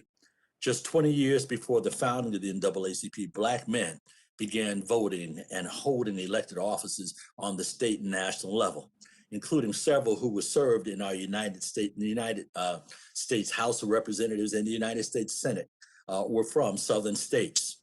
The 15th Amendment to the U.S. Constitution and other laws forged the way for the amazing feat just a few years after the end of legal slavery in this country. At the turn of the 20th century, the first Reconstruction era had all too quickly concluded, and many of the hard-fought gains of elected officials and civil rights advocates of that time were beginning to erode due to the rise of terror groups like the Ku Klux Klan and so-called Black codes, and placed stumbling blocks in the way of African Americans trying to simply reach the ballot box. I'm here today to let you know of our strong support for H.R. 40, originally authored by the great John Conyers, as we mentioned, and presently shepherded by you, Congresswoman Jackson Lee, your great leadership and your stalwart support in addressing the issues of justice in our country are clear, and your support for H.R. 40. This legislation is long overdue and should be put into place this year. My hope is that as the 117th Congress gets underway, that you will sign on to this bill as co-sponsors, everyone who hasn't joined so far, and do all that you can to ensure its enactment. This legislation is an important step in acknowledging the inherent cruelty, brutality, and humanity of slavery as practiced in the United States, and would help millions of Americans begin to heal the subsequent emotional wounds that have been festering for centuries. In confronting the ugly legacy of slavery, the commission created by H.R. 40 would examine the impact slavery has had on the racial and economic inequalities still suffered today. The commission would also be charged with renewing reparations proposals to help African Americans regain some of the stature stripped away by our forefathers lost through no fault of our own. Research and academic reports demonstrates that the enslavement of Africans and the transatlantic slave trade were appalling tragedies in the history of our country, not only because of their abhorrent barbarism, but also in terms of their magnitude, organized nature, and the complete negation of the humanity of the enslaved person. The enslavement of Africans constituted an immoral and inhumane deprivation of a person's life, liberty, and cultural heritage. The enslavement of Africans resulted in the extinguishment of millions of Americans, eviscerating whole cultures, languages, religions, morals, and customs psychologically. As such, the NAACP reaffirms our previous position in support of reparations. I'm very grateful that we're raising this today, and hopefully we can move to a point of full passage. The United States, a nation's forged with a revolutionary struggle for inalienable human rights. Natives of Africa were torn by force until the year 1808 from their homeland and subjected to the barbarities of institutionalized slavery. In this post-revolutionary United States, slavery was maintained by government fiat with violence, depriving African Americans of freedom of association, privacy, life, liberty, property, and due process of law in complete abdication of the spirit of the Bill of Rights from its inception and ratification of its enactment and ratifications of the Anti-Slavery Amendment of 1865. Let me just say, Congresswoman, and those who are joining us, The issue of slavery is one that did not end with the stroke of Abraham Lincoln's pen in the Emancipation Proclamation. It did not end in a stripping away of the of actually adding to the Constitution by passing the Reconstruction Amendments, the 13th, 14th, and 15th. As a matter of fact, many of the residuals of the transatlantic slave trade, sadly, as we look at the disparities in data, are still very much with us. We believe that this is a problem that must be solved, but like other important problems, in order to solve that problem, we must first measure it.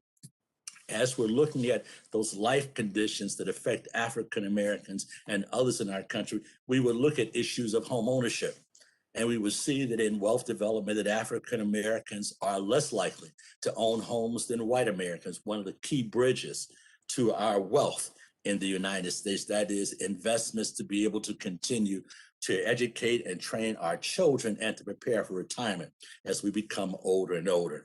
We know that very well, so thinking about the challenges of the transatlantic slave trade, we know that issues of healthcare are still very much at a disparity.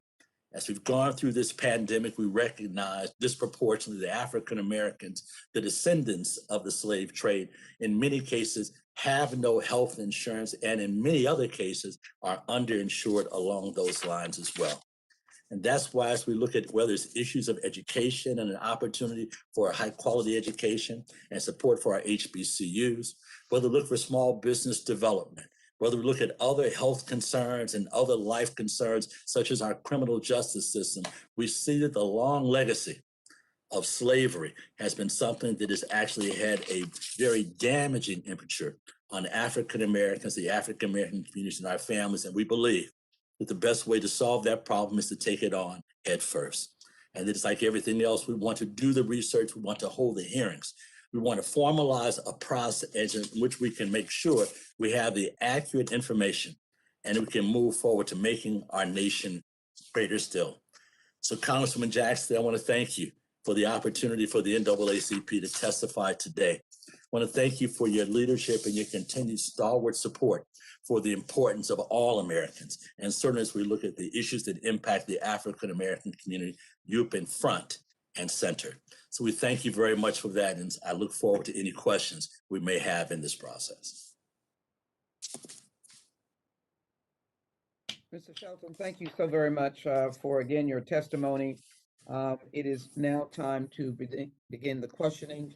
I will start by yielding myself 5 minutes and indicate that each of our members will have the opportunity to question these very stellar and outstanding witnesses. I will start my questioning with Professor Achehumi, and I hope I've also pronounced your name, but I'm going to again put up in the screen as close as I can this picture. Professor, I wanted you to see it. I'm not sure if you saw it before. It is lynching with an audience of white persons, some smiling men and women. And of course, this is the picture of the back of a slave that has been brutalized by a whip. It seems that as the testimony has proceeded, some of our friends who have been represented by very stellar members presented by the minority seem to confuse the overcomers and the ability to cite musicians and athletes and academicians and others from the reparative and the justice element of HR 40. If I might cite to you that Black people in America are 3 times the rate of white people with disparities across all age groups. For example, Black infants are more than twice as likely to die as white infants, making the disparity worse than 1850. In addition, when heads of white households who only have a high school diploma are sitting are in a class are almost 10 times more wealth with a high school diploma as a white high school graduate than Black households with the same level of education. This is in the current 21st century. In addition, the gap between Black and white wealth is as large today as it was in 1968. Can you comment, Professor, on this question as I present to you? How do you feel the International Decade can be utilized to advance the cause of reparatory justice for the people of African descent in the United States, but I would appreciate it if you would incorporate this glaring disparity today that continued from slavery, of disparities in the life expectancy of an infant compared to a white infant, and of course the gaps of wealth that continue today. Thank you. Thank you very much, Congresswoman, for this invitation to weigh in further. So you're absolutely right to point out that within the United Nations system, which the US is a part, we are in the International Decade for People of African Descent. And the purpose of this decade is in part to recognize persisting human rights violations against people of African descent, including in the United States, that have not been addressed. And many of these human rights violations are rooted in racial discrimination that is a legacy of colonialism and enslavement. And so we are in a very important time. We're almost halfway through the decade, and measures like HR 40, I think, are an essential way of fulfilling some of the goals of the decade, of the International Decade of People of African Descent. The images that you shared are truly terrifying, and the statistics that you also shared, I think, are also terrifying and heartbreaking. And I think they speak to two things.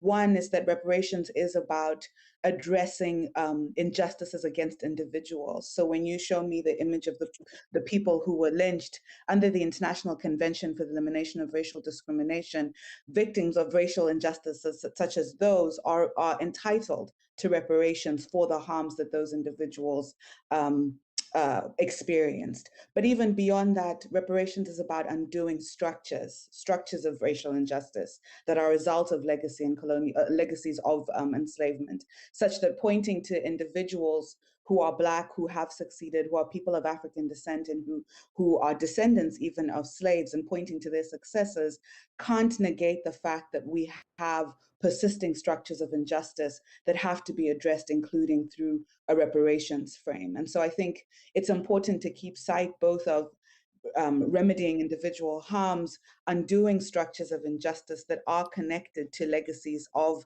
slavery, and taking the opportunity of taking this action within the International Decade for People of African Descent. Thank you, Professor. Mr. Howard, we've heard that our minority witnesses agree that African Americans, other indigenous people have built this country. In light of all the various entities that unjustly profited from the unpaid labor of African descendants, how might the HR Commission address this issue? And how would you respond to those who say reparations are simply about money? Mr. Howard? Thank you, Congressman, for that question. Yes, we in COBRA has historically stated that there are 5 basic injury areas that reparations must deal with. The first is the injury area of the criminal injustice system. As we know that what happened with George Floyd exposed it, and the police terror around this country exposed what is going on a daily basis with Black people in this country. And so that must be addressed. The second injury area is that of education. The Congressman, the chair, Congressman Cohen, talked about the disparity in education. I think that one of the witnesses for the Republicans also talked about the disparities in education. Those type of things have to be addressed under reparations. We have to be restored. The third area is the wealth gap and the poverty gap. Those can be, there was a study by the Citibank that stated that $16 trillion could have been infused into the economy if reparations would have been initiated 20 years ago. $16 trillion. Most of that from business revenue of the Black community, if there was access to capital, as other businesses are given access to capital. And so that is reparations that doesn't actually affect the check. Also, we look at the health disparities, health injury area. We know that not only is our physical health, not only is our mental health and emotional health, but also our physical health has been challenged as a result of the historical traumas that we've experienced. Historical traumas can affect the ongoing and compounded trauma that our children are facing. It could also affect the reason why many of us have these pre-existing illnesses that COVID attacked. And then finally, our peoplehood. We have to address the foundational root cause of the atrocities that have been committed in this country against Black people, and that is that there's some notion built into the minds of whites that they are superior, and conversely, into the minds of Blacks that they are inferior, or in the minds of whites that Blacks are inferior. And so this speaks to the root of the cultural challenges, the cultural harms that would have been committed against our people. So all of these things have to be addressed under an HR 40 commission, not just the aspect of giving cash to an individual. Thank you. Thank you very much, Mr. Howard. Our ranking member, Mr. Johnson, has yielded. He was present at the beginning of the hearing, and so we're delighted now to yield 5 minutes to Mr. Owens. Mr. Owens, you're recognized for 5 minutes. Thank you so much.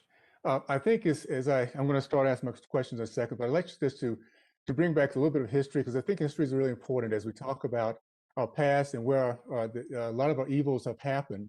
And it's not been an American problem. It's been pretty specific. When you think about where slavery began, where segregation, where Jim Crow, there's always the Democratic Party. Earlier, we mentioned the 40 acres and a mule. That was ended by a Democratic president, Andrew Johnson. We talked about the KKK. That was a Democratic terrorist organization that actually was ended at the end of 1880s, but brought back again by Woodrow Wilson in 1915. And by the way, the lynching that we're talking about is horrendous. 4,700 people died by the hands of mobs.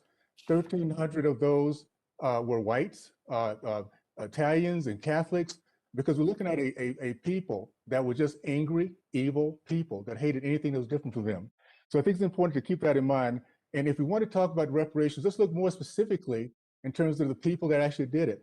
It was not Americans. Americans fought against that. That's why we end up winning and defeating slavery, because so many Americans have decided it was an evil thing to finish up. So I wanted to make that point. Mr. Elder, I have a question. Last year, prior to the pandemic, the strength of the U.S. economy helped all Americans, most notably minority Americans. In fact, in CNBC in 2019 said African-American unemployment hit the lowest ever in the history of our country, from a peak in 2010 of 16.6%.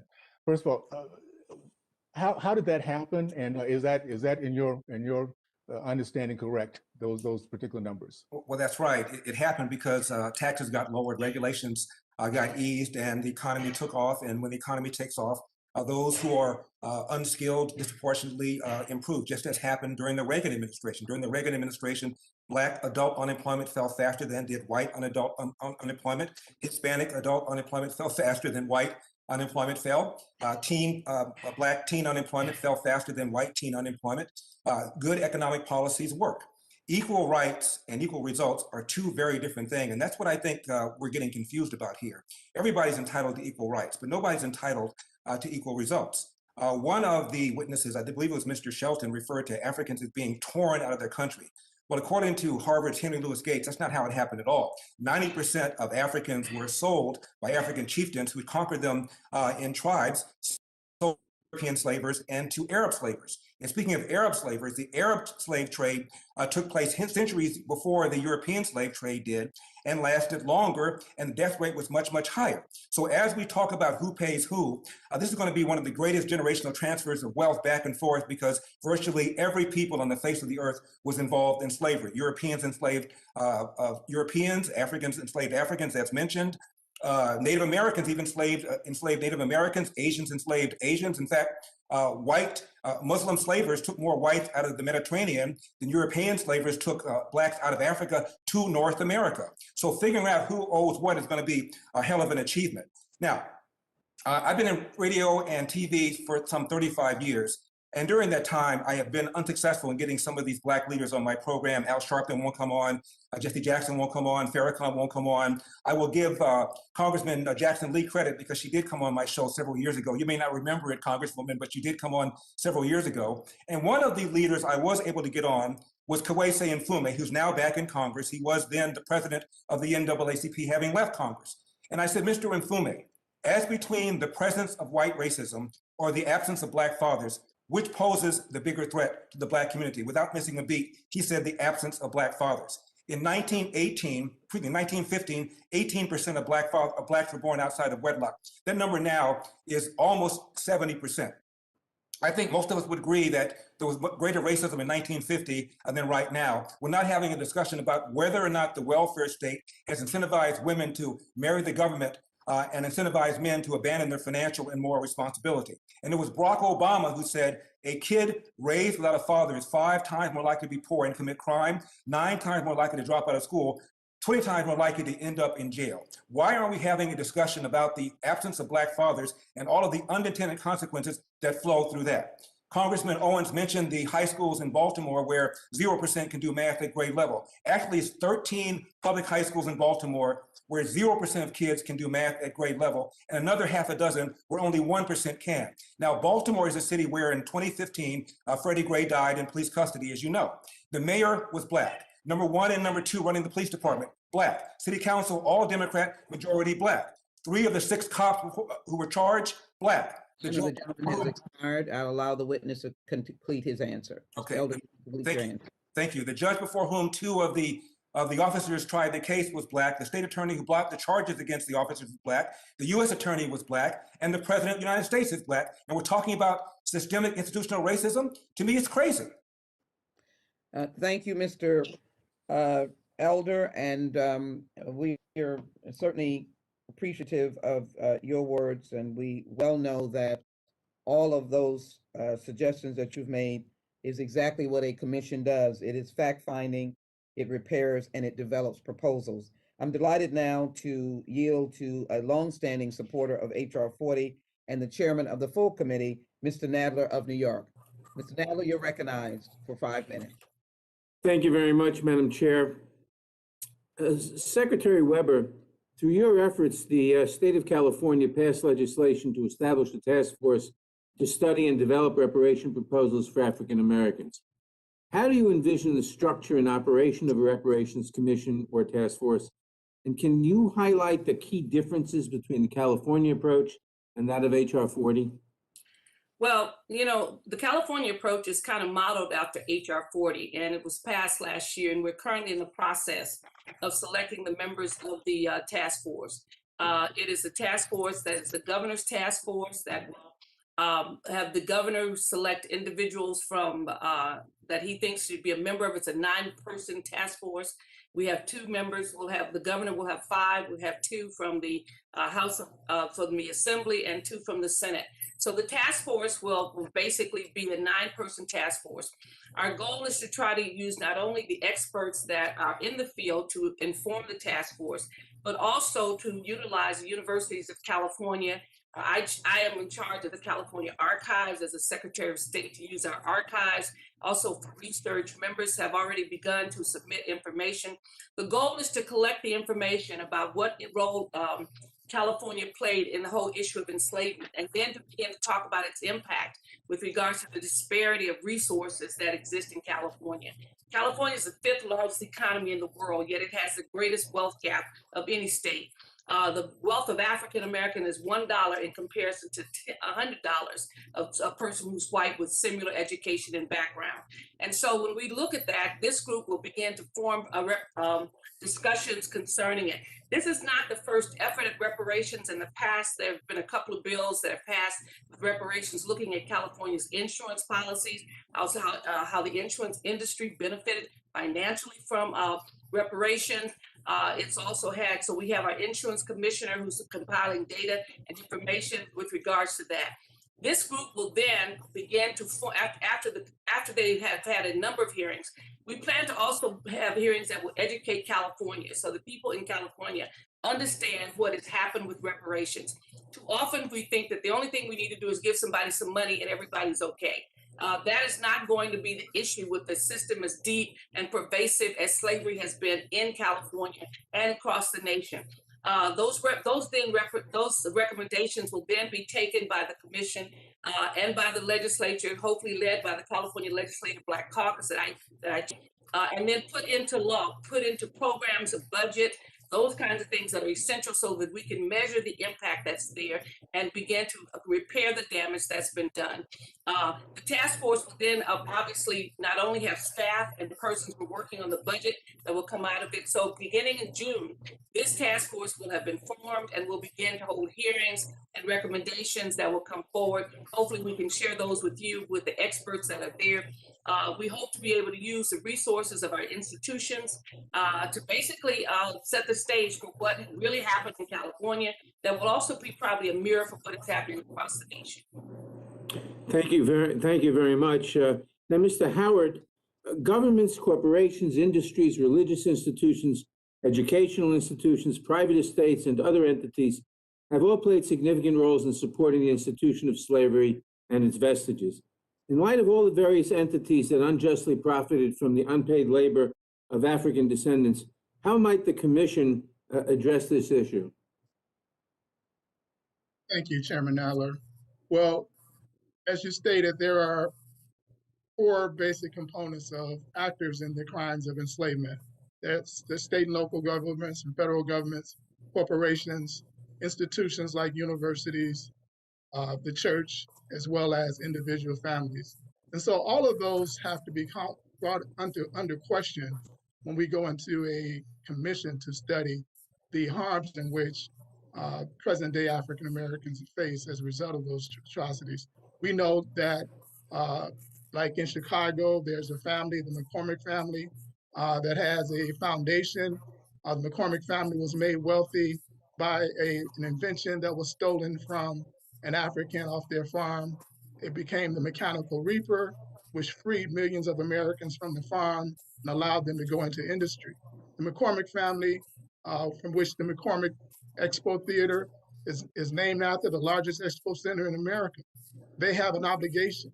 The commission will look at these foundations, these corporations, these institutions, and will determine what within their ability do they owe in making sure that the gaps in wealth, the gaps in education, the gaps in housing and health do not continue forward into the future. They have a responsibility. They have been enriched. The endowments that they share and hold are a direct result of much of the atrocities that's committed in the past. So the commission would definitely look into those other players as well. And how would you, how do you think the commission might deal with groups like Asian Americans who have suffered discrimination over the years, like the Chinese Exclusion Act and the Japanese Exclusion Act, and the internment of Japanese during World War II? How do you think the commission could deal with that? Well, there's ancillary benefit to the entire nation when reparations to African Americans are given, are administered. And so just like every person who comes to America benefits from the prosperity that was built off of enslavement, every American also benefits from the struggles that African Americans fought for our human and civil rights to be faced. If you look at women, if you look at the disabled, if you look at the immigrant, all of those people, no matter what protected class they're in, they benefit from the historical struggles of African Americans. And so this struggle to be repaired would also have ancillary benefits for the entire nation. Well, thank you very much. I see my time has expired. So I yield back. Mr. Chairman, thank you so very much for your participation and your questions. I now yield to Mr. McClintock, the gentleman from California, for 5 minutes. Mr. McClintock? Sorry, how's that? There you are. Thank you Great, very thank much. you. You have 5 minutes. I listened to Chairman Cohen speaking extensively about the 3/5 provision of the Constitution. I don't think he understands what the debate was all about. Ironically, he's taking the side of the southern states at the convention. They wanted a full count of every slave that they held in order to add to their congressional representation. It was the anti-slavery states that objected. They argued that those who were held in bondage should not be counted at all in the apportionment of congressional seats, not because they were not human beings, but precisely because they were, and that the Constitution should not reward the slave states with representation in Congress while those states denied these people their freedom. So the 3/5 provision was not a statement that slaves were 3/5 of a person. It was a result of a compromise necessary to bring into existence our new nation, as Lincoln said, dedicated to the proposition that all men are created equal. Ironically, Stephen Douglas would agree with the chairman's narrative that the principles of the Declaration of Independence and the Constitution, which gave them life, were only meant for white people. That's exactly the position that Stephen Douglas took. And of that position, Lincoln said this during their debate at Alton. He said, "At Galesburg the other day, I said in answer to Judge Douglas that 3 years ago, there never had been a man, so far as I knew or believed, in the whole world who had said that the Declaration of Independence did not include Negroes in the term all men. I reassert it today. I assert that Judge Douglas and all his friends may search the whole records of the country, and it will be a matter of great astonishment to me if they shall be able to find that one human being 3 years ago had ever uttered the astounding sentiment that the term all men in the Declaration did not include the Negro. I believe the first man who ever said it was Chief Justice Taney in the Dred Scott decision. And the next to him was our friend Stephen A. Douglas. And now it's become a catchword of the entire party. And when this new principle, this new proposition that no human being ever thought of 3 years ago was brought forward, I combat it as having an evil tendency, if not an evil design," end quote.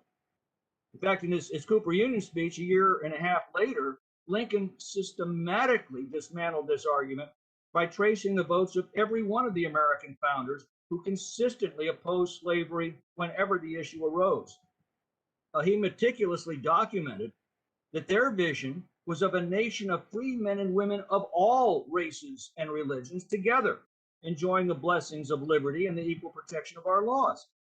That vision was put in modern terms by Martin Luther King, who expressed the gold standard of racial harmony, that we should be judged by the content of our character and not the color of our skin. It is the equal protection of the law and the vision of the American founders, of Abraham Lincoln, of Martin Luther King, of a colorblind society that is now directly under attack by measures like this.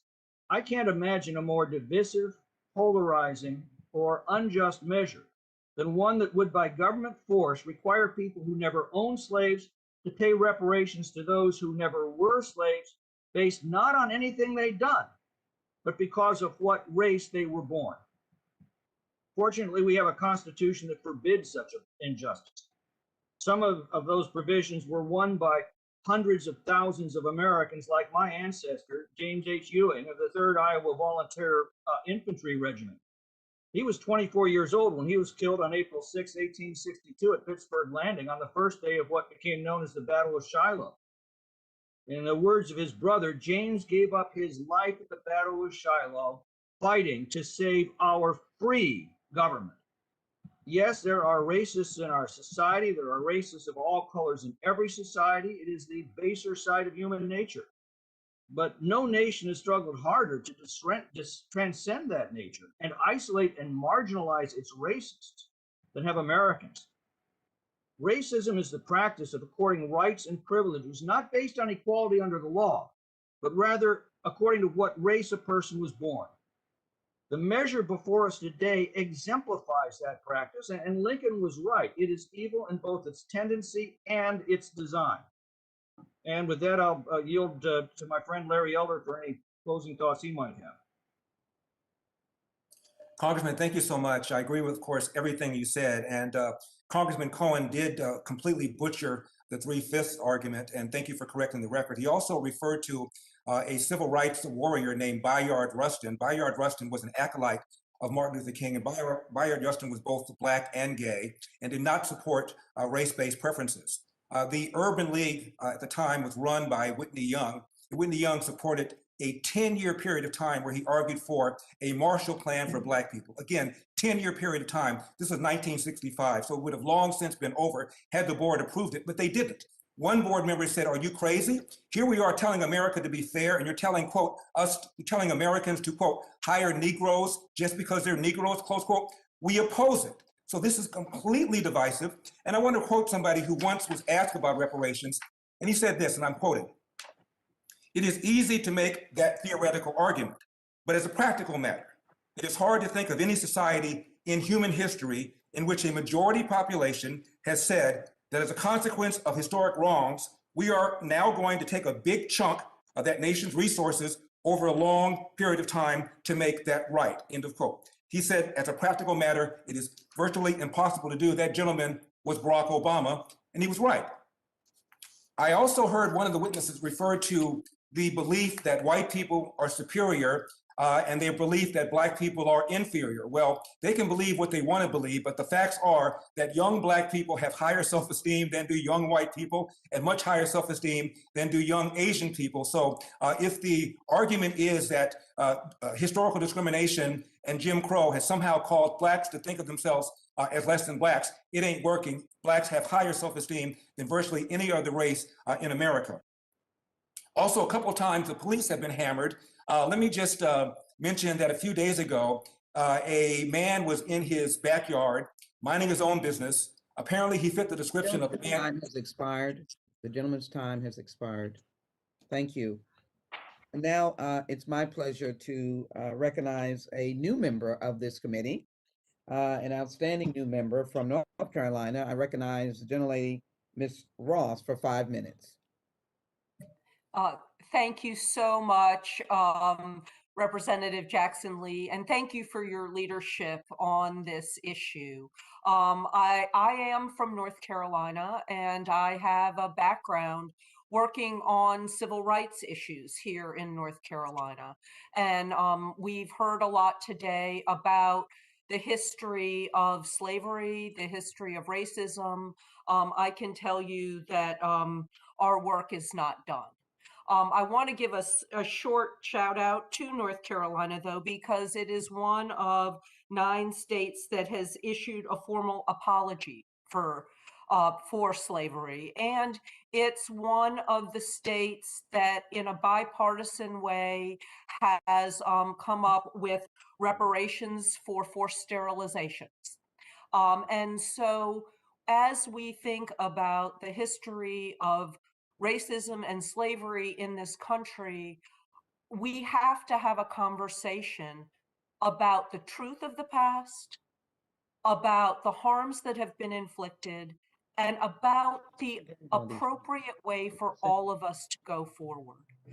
I don't believe that this particular resolution prescribes a way of going forward, but it's a conversation about what we need to do. And just as we did in North Carolina when we passed a bill compensating people for forced sterilization, a terrible, terrible chapter in our history that's not just in North Carolina's history. I think we need to think long and hard about how we address our history, how we address the harms, and how we can move forward together. There's been some divisiveness, there's divisiveness throughout our country. There's a clear division of opinion. But I'd like to bring us together and think about what we can all agree on going forward. We've been able to do that in a couple of ways in North Carolina. We've been able to do that on racial profiling. We've been able to do that on innocence issues. And again, on compensation for forced sterilization. And so I'm hopeful that we will be able to do that as a congressional body too. And again, I thank Representative Jackson Lee for her leadership and for having us start this discussion in the 117th Congress. Thank you so much. Let me thank Congresswoman Ross for recounting the history of North Carolina so eloquently and bringing to our attention, of course, the forced sterilization and, in essence, the repairing of that heinous act to the extent that individuals were compensated. Let us be very clear. The Commission on H.R. 40 is a commission to fact find to repair, to restore, and develop proposals for reparations that, as Mr. Howard's testimony indicates, takes many, many perspectives. Thank you so very much. I want to make sure, is Mr. Jordan here? Thank you. Then I will call on Mr. Johnson. Mr. Johnson, Mr. Mike Johnson of Louisiana. Yes, ma'am. Ranking Thank member. you. Thank you. Thank you. You're yielded for 5 minutes. Thank you so very much. Thank you Glad for you're doing here. that. Thank you. And I appreciate all the witnesses' time today, and also for Mr. Burgess Owens for standing in for me. I've had intermittent internet and power here in Louisiana, as y'all have in Texas. A couple of questions real quick. Mr. Herschel Walker has not had an opportunity to speak up here in the last part of this hearing. If he's still with us, I just wanted to pitch it to him and give him an opportunity to see if there was anything that's been said so far last couple of hours here that he wanted to respond to. Mr. Walker? Yes, I'd like to respond, and I want to thank Ms. Jackson Lee. I'd like to ask, does she know the year of those pictures? And the reason I ask that is whenever I get on a subject, I do facts finding myself. And one of the things I looked up and I asked my mom is how many African American was alive today that was in slavery, which is none. So I go to some of the older people for experience, and I remember my mom mentioning, how could we pay for your great-great-grandfather being burned to death? Or how could you pay for your great-great-uncle being hung? And I understand that those pictures are horrible, but right now, I think the facts founding is going to be very difficult to go back over history when history is not even taught in school on what we're trying to facts find. And that's what I think is so difficult, because as I was looking up reparation, which I've been doing for the last year, it is very, very difficult to find facts on different things of the African-American history. And I think that's what's going to be very difficult in what we're doing right now. I appreciate that response. Let me ask you, I know you're passionate about this and you give a lot of motivational speeches to young people and all that. Are there better ways that you think to uplift minority communities and provide opportunities for success than this idea of direct payments of taxpayer dollars? I mean, just in general, what do you say to young people to inspire them in that way? Well, one of the things I say to young people to inspire them is, first of all, and I say, you know, the hard truth is, and I say this, and I don't mean to offend anyone, but I say the African-American community have to come together as a group to take care of our own. That's one of the biggest problems we have. We will not take care of our own. You know, I said we cannot, as myself, who grew up in South Georgia, leave that community and leave all the African-American kids behind without inspiring them that they can be me. And I think the way we do this is we get back to remembering where we came from. And you have to be responsible. You know, a lot of things we mentioned today, no one talked about responsibility. You know, I'm from the deep South. I know about racism. And a matter of fact, you know, we talked about the health. You know, everyone think I'm healthy, but I was diagnosed at one time as mentally unhealthy because of being bullied as a little kid, because of my weight, because of my speech. But the things that happened to me was dealing with race.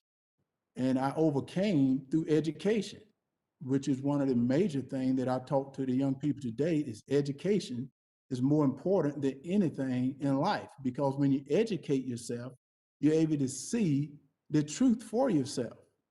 And I'm not saying that I think HR 40 is absolutely incredible, but I think to just say it's a facts founding is very difficult. And you know, facts founding a reparation, I think this is a little bit. I'm confused at the two right now. Very good. I got 34 seconds left. Let me turn to Mr. Elder real quick. You touched on and began to explain the difference between equal rights and equal results. And I think a lot of people are confused about that. I just wonder in the last 20 seconds or so, you want to articulate a little bit more about the difference between the two. Well, it's really about what Herschel Walker just now said. It's about personal responsibility. There are think tanks on the left, like the Brookings Institution, and think tanks on the right, like the American Enterprise Institute, and they agree that the way to escape poverty is to do a handful of things. Number one, finish high school. Number two, don't have a kid until you get married. Number three, get a job, keep a job, and don't quit that job until you get another job. And number four, avoid the criminal justice system. And they don't say that this formula only applies to you if you're white. They say that the formula applies to anybody. Very good. I yield back, Madam Chair. Thank you very much. Thank you so very much. Your time has expired. I think to Mr. Walker and Attorney Elder, that is exactly what HR 40 is, to delve into the facts, to connect the history. And I'd only say that there is something to the heinous, vile, and vicious act of slavery that the descendants of enslaved Africans and those slaves experienced uniquely in this country. We are grateful that we have 300 organizations that are supporting that concept, but the fact finding of HR 40 is just what is its task to respond to the concerns that have been expressed. I'd ask unanimous consent to submit into the record the letter from the LCCR, and we thank them for that letter. I'm delighted now to recognize Mr. Johnson for 5 minutes, the gentleman from Georgia. Mr. Johnson, you're recognized for 5 minutes.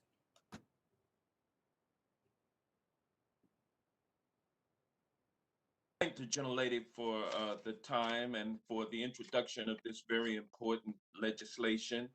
And to my friend, Tom McClintock, who has a revisionist understanding of the 3/5 compromise, I would want to set the record straight that the 3/5 compromise was a way of counting slaves for purposes of apportioning how many seats in the U.S. House of Representatives the southern states would get.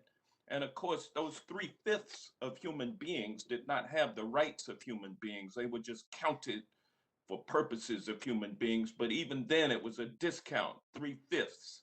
And they were treated as slaves even less than 3/5 of a person.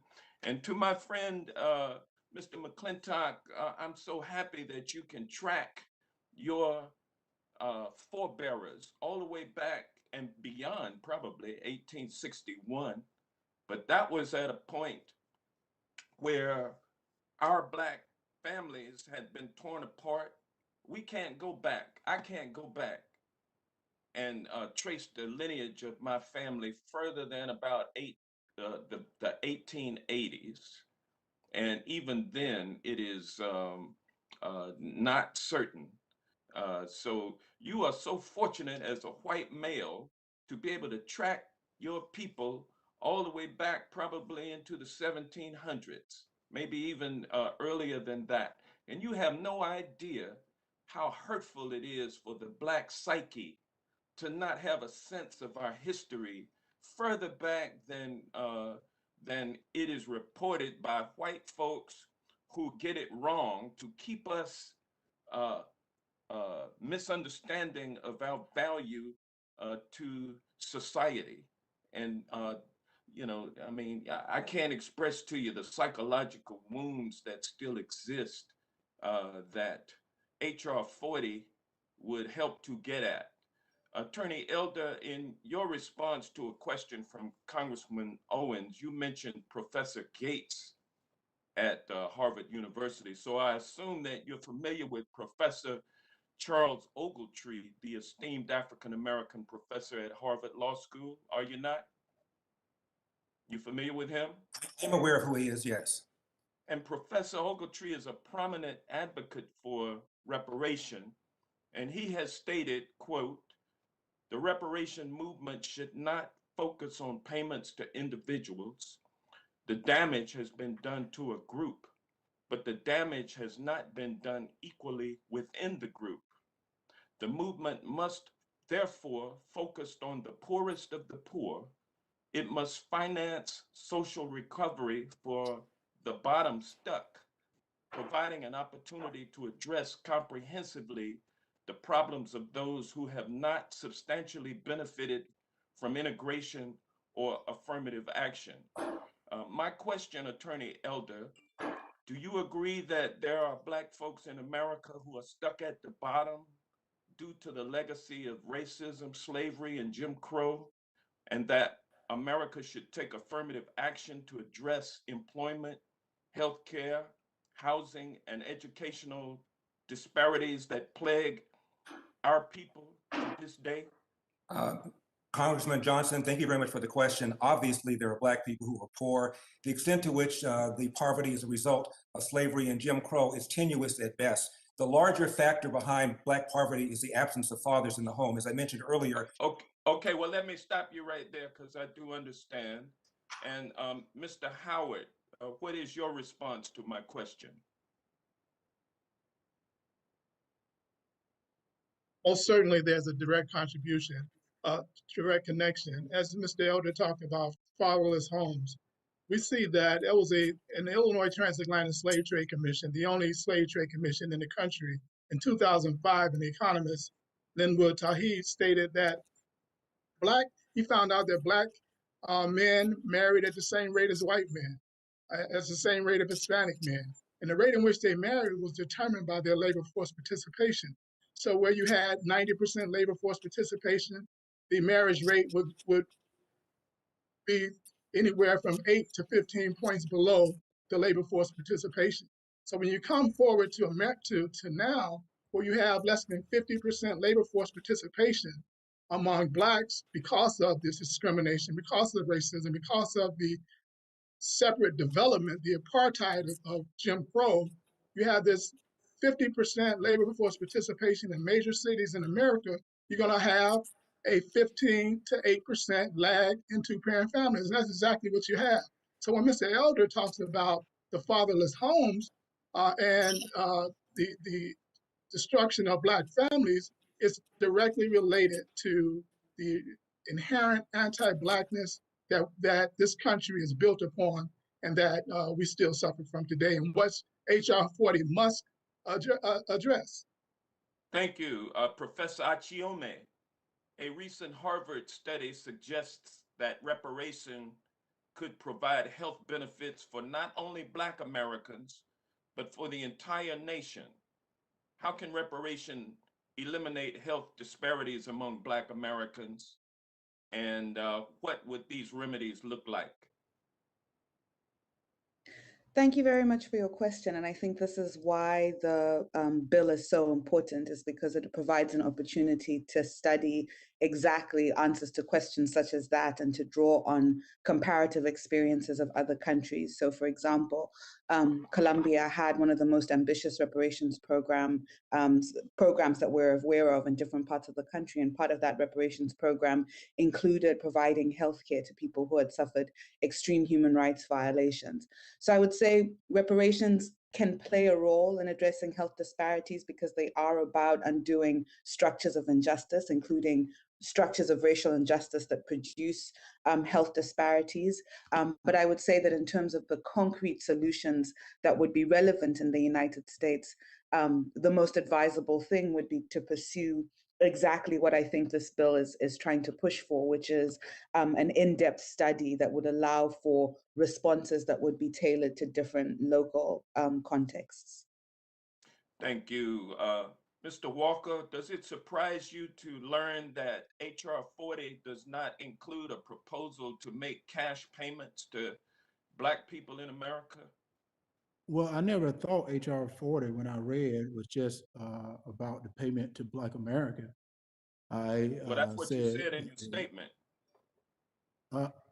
Yes, I said that was part of it in my statement, but I also said education, which in the past, we've not taught Black America, given them a good education, which in Mrs. Jackson Lee spoke, this is a facts founder, which is one of the questions I put within my statement, that payment is just one part of what reparation is.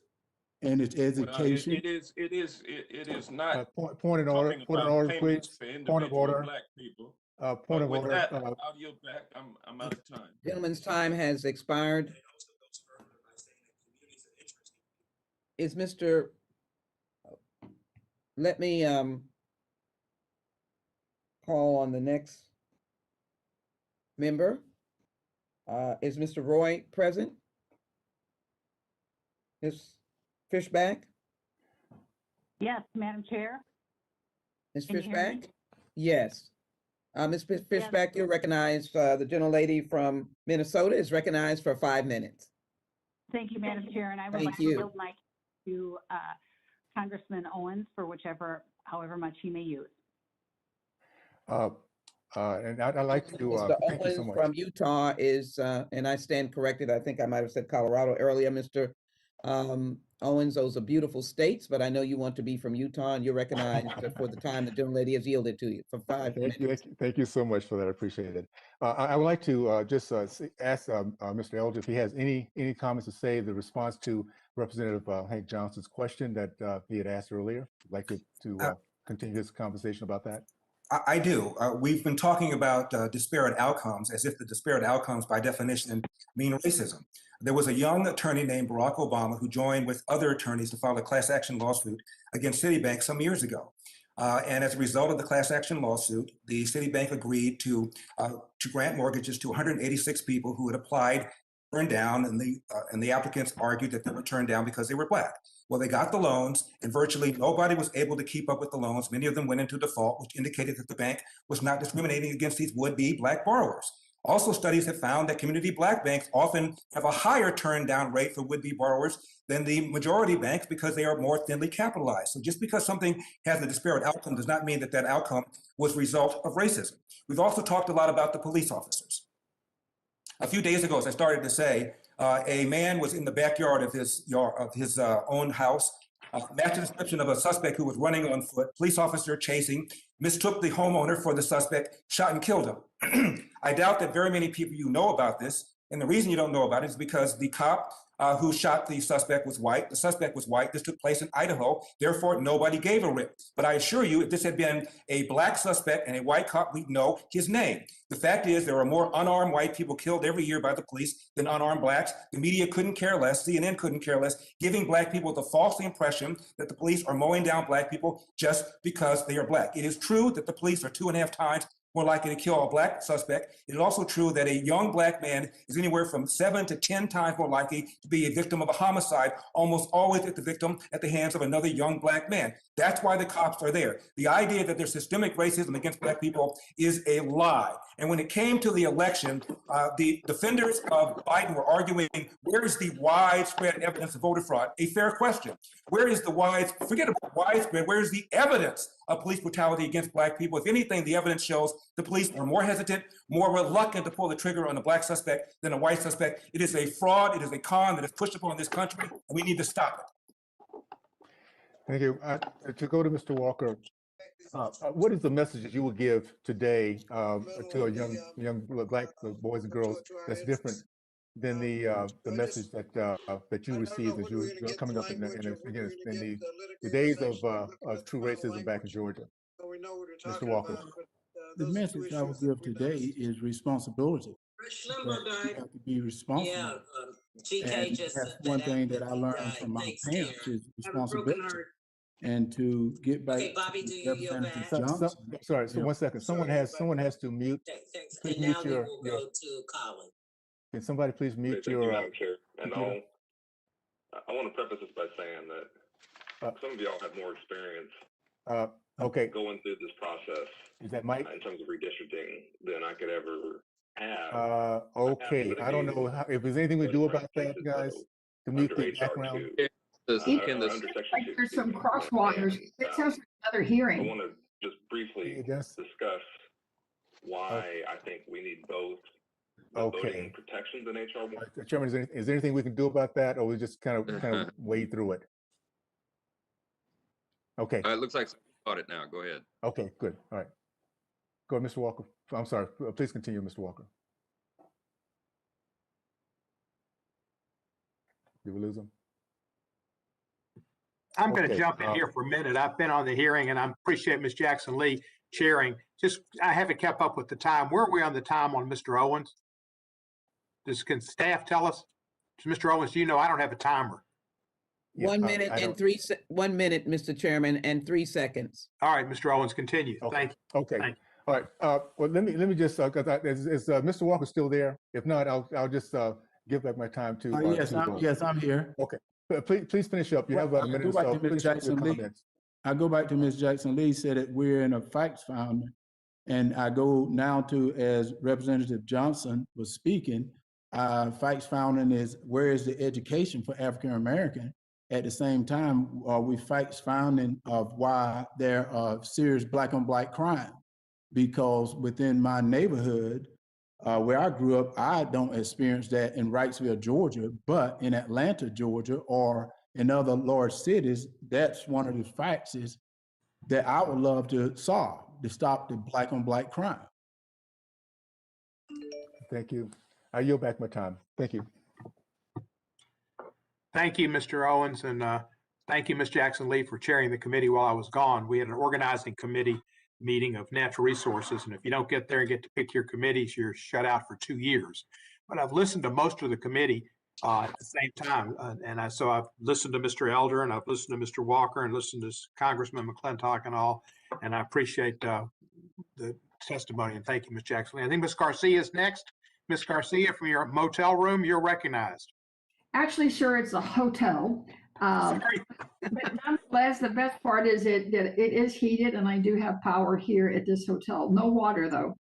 But thank you for, again, for holding this very important hearing. And thank you to all the witnesses who've taken the time to come up here today. I'm a very proud, and I'm going to repeat that, proud original co-sponsor of HR 40, because it's important that our nation heals by finding the facts, understanding the lingering effects of slavery in the United States, and finding solutions through real conversation and dialogue, and for finding successful reparation programs. I want to repeat what Mr. Johnson mentioned earlier. There's nothing in this bill that talks about payments of checks or money to anyone. This is a commission to find the facts and bring us to full healing. HR 40 is a good first step. And I want to personally thank my colleague and fellow Houstonian, Sheila Jackson Lee, for bringing this bill forward and to working together with all of us to make sure that this can come to fruition. I also applaud the Biden-Harris administration for continuing to outline its vision for advancing racial equality for all Americans who just want to live and breathe without fear. I, like many Americans and people around the world, witnessed a tumultuous period last year of civil unrest and racial injustice.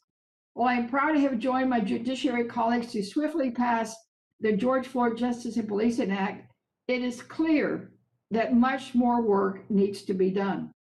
Without question, history has taught us time and time again that our laws must boldly affirm that Black lives matter. History has also taught us that we are stronger but to do so, we must first learn, educate, and eliminate the root causes of racial discrimination in order to form a more perfect union. We cannot keep ignoring this as a country. We must act, and I urge everyone to support this bill. I want to also reemphasize something that Ms. Masako mentioned in her testimony, and I want to start my questions with her.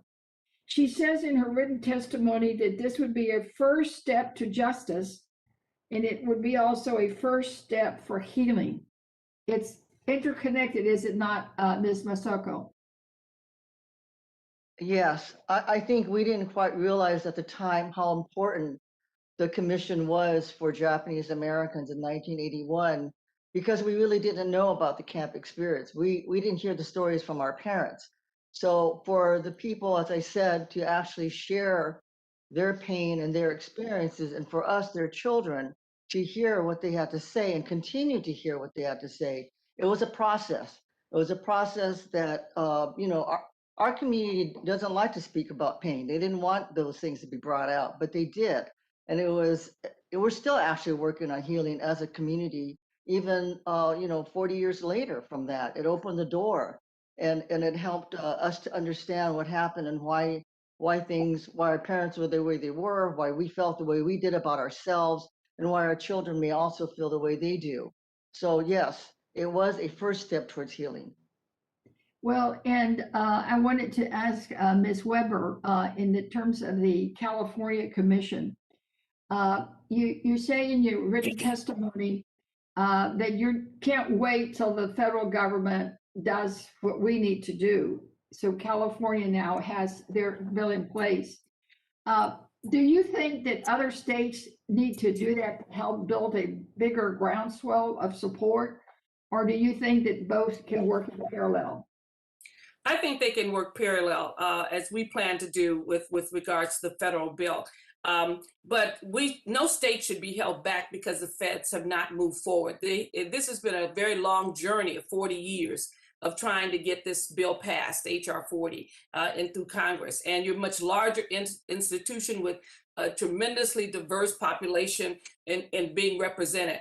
In California, we had really no opposition to forming a reparations commission. In fact, we had bipartisan support for it.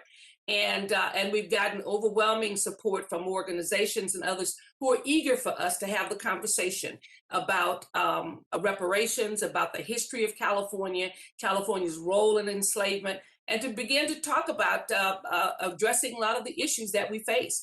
We recognize the fact in California that slavery in itself has been so insidious that it has sometimes created issues. And we mentioned that with the George Floyd issue in California, that because of what had happened with the lynchings and the burnings, we had pretty much seared the conscience of white America when it comes to the pain of African Americans. And we have to basically recognize that fact, that we can actually see harm done, see the devastation, and not really respond to it as we do to other groups. I listened to the colleagues talk about unemployment and the unemployment statistics and how it's gone down. Well, anything that's large, when it moves, is going to have a greater percentage of movement than something that is small. So if you've got unemployment of 3, 4, 5% in your state, and we have always had double-digit unemployment of African Americans in this country, well, when it moves, it's going to look significant. It's going to look like a 50% drop. Yet it's still a double-digit unemployment that's there, and an injustice that continues,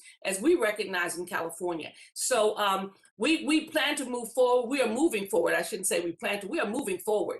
We hope that at some point what we do will be informative to the federal government. But if the federal government decides that it's going to do this, we hope to be able to complement it with what is happening in California. Because California is so far away from the South, we think that it doesn't have an impact, and yet it really does. Thank you, and I see my time is up. So, Mr. Chairman, I yield back. Thank you, Ms. Garcia. Our next panelist is Corey Bush. Representative Bush, you're recognized for 5 minutes.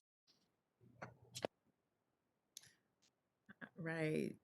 St. Louis, and I thank you, Chairman Cohen, for convening this important hearing. And want to say thank you to the leadership of Representative Sheila Jackson Lee on this. I really appreciate you. I come as one, but I speak as many. I bring with me today my family, James E. Bush, Vera Bush Whitley, Ulysses Blakeney, Clifton Blakeney, and generations of Black men and women who have labored on this land, who have fought for this country, and to whom our country is deeply indebted. My story is a story of survival. It is a story of my ancestors who were enslaved in Mississippi and South Carolina. It is a story of the Great Migration, the mass migration of 6 million African Americans out of the rural South. When white farmers traveled to the West in search of land, they were granted 160 acres of free land through the Homestead Act. My family was denied the promise of 40 acres and a mule in the aftermath of the Civil War and the start of Reconstruction. My story is the story of a great-grandfather who served this country in World War I and a grandfather who served this country in World War II, only to be discarded by their government as they suffered through trauma and the wounds of war. When white soldiers came back from fighting abroad, they were given housing preferences and education subsidies. My grandfathers, Ulysses and Clifton Blakeney, were denied those benefits. My story is a story of men and women who fled violence, who were stripped of their rights and protections, who were left out of GI Bills and New Deal subsidies. The violence my family withstood from one generation to the next was not isolated. It was systemic, it was structural, it was political, backed by legislation passed by this very body to deny descendants of enslaved people economic and social opportunity. Underlying the generational trauma and exploitation is a government that abandoned its role to protect its own citizens, a government that refused to even acknowledge the humanity of my ancestors, a government that to this day refuses to acknowledge or atone for the wrongdoings of white supremacist violence.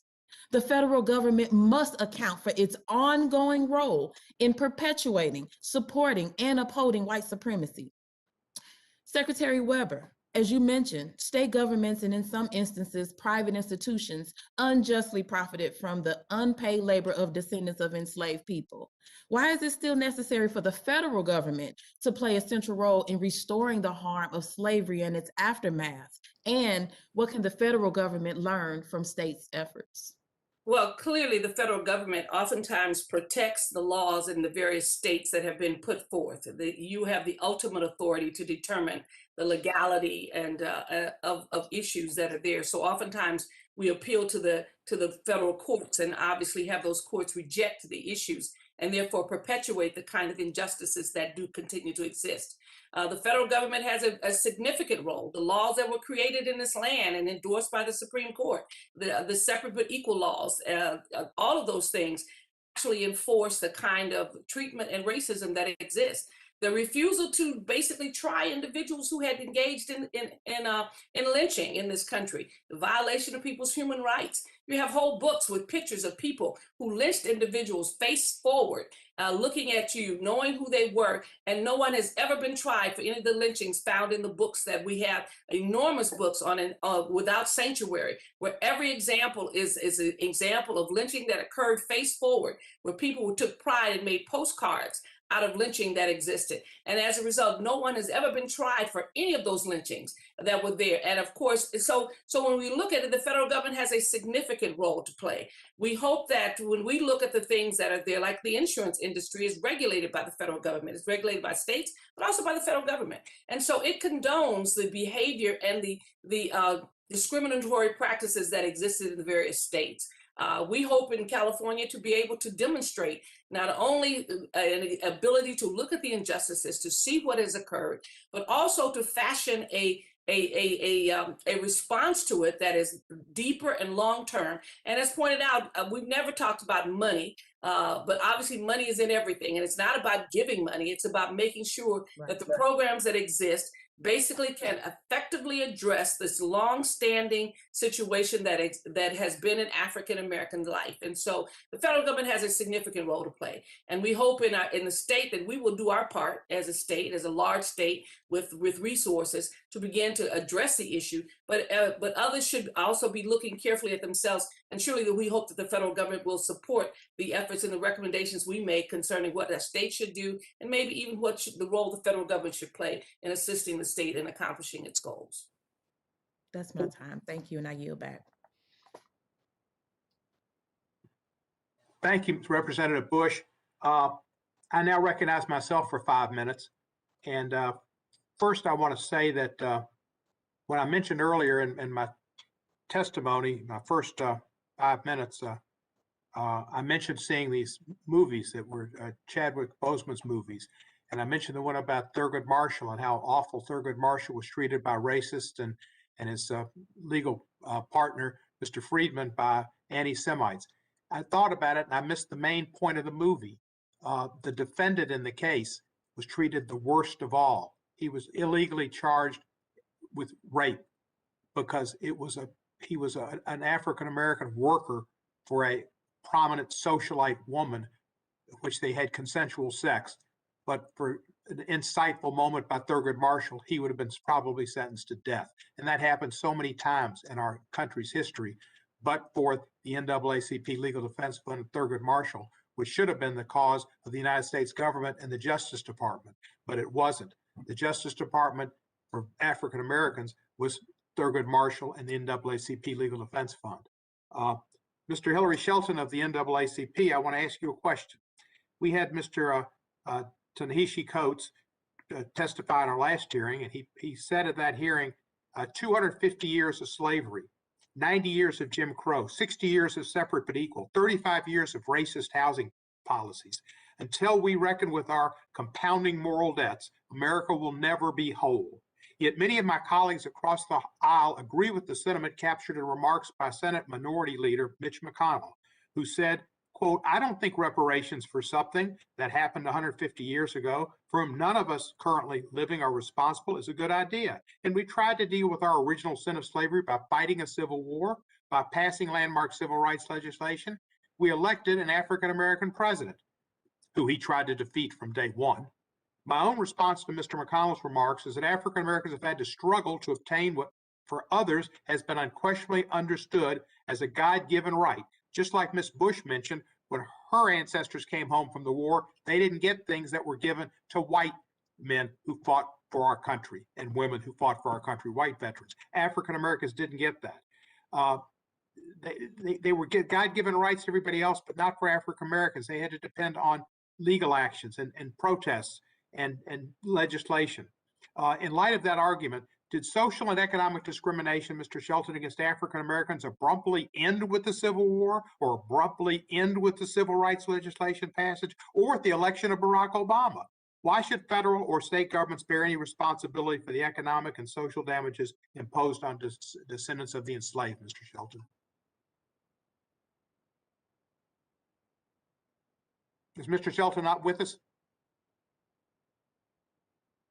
If not, I will answer my own question. It did not end with the Civil War. It did not end with Baker v. Carr. It did not end with Republicans like Everett Dirksen and Charles Percy and William Schaefer and Nelson Rockefeller and Wayne Morse and George Romney.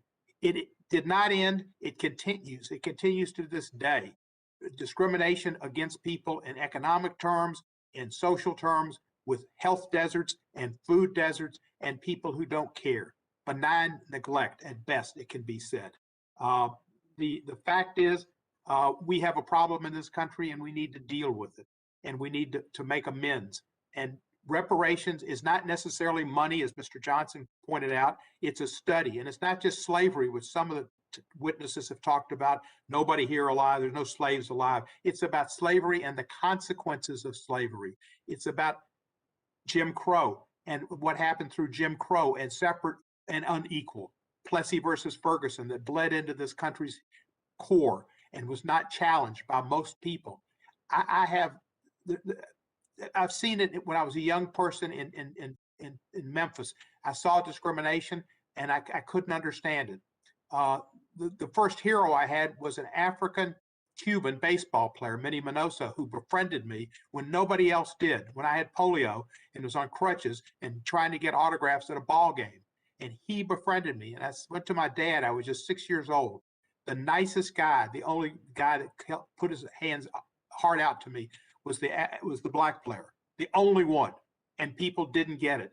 And it's been for years. We have a problem in this country which we need to study.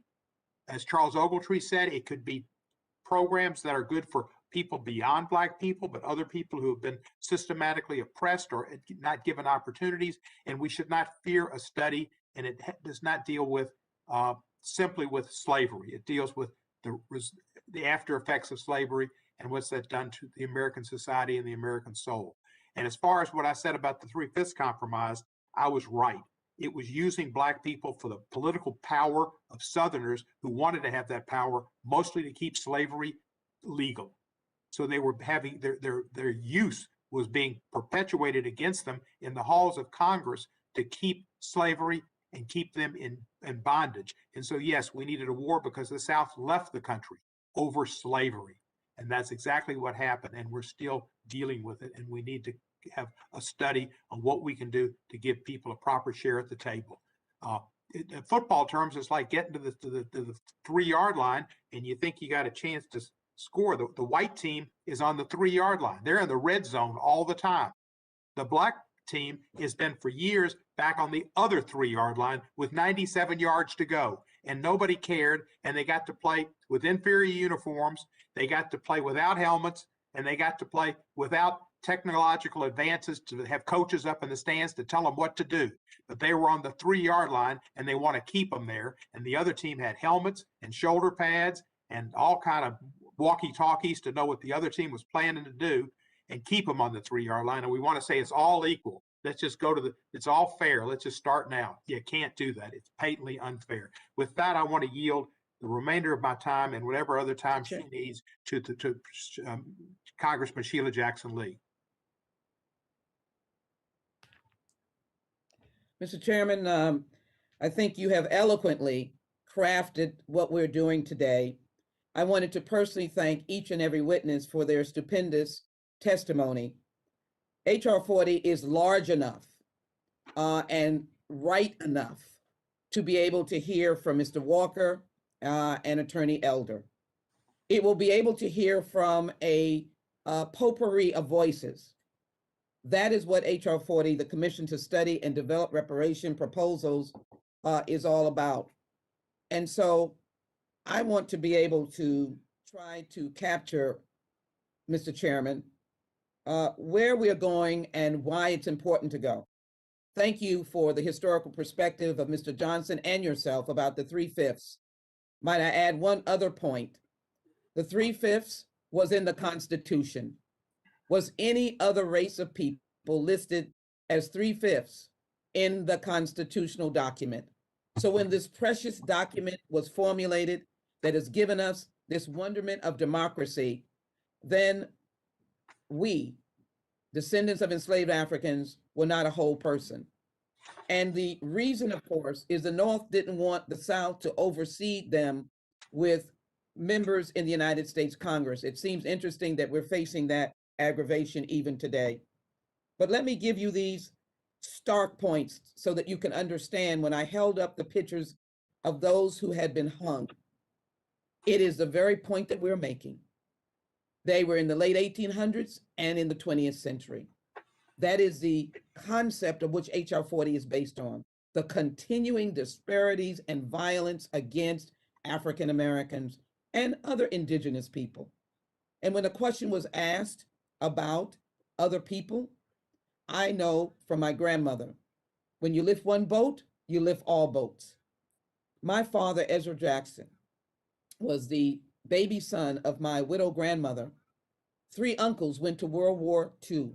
I can assure you, when they came back, they did not have access to the GI Bill. They were redlined. They frankly went home to live with mother. The youngest son was a brilliant cartoonist, an artist. He was asked to work for the major cartoons comics on Madison Avenue in New York. But when the white soldiers came home, this young man was relieved of his dream and never again for another 30 years was able to work back in that industry. He was summarily fired because of his skin color. And so HR 40 is the presence of the continuing sting of disparities.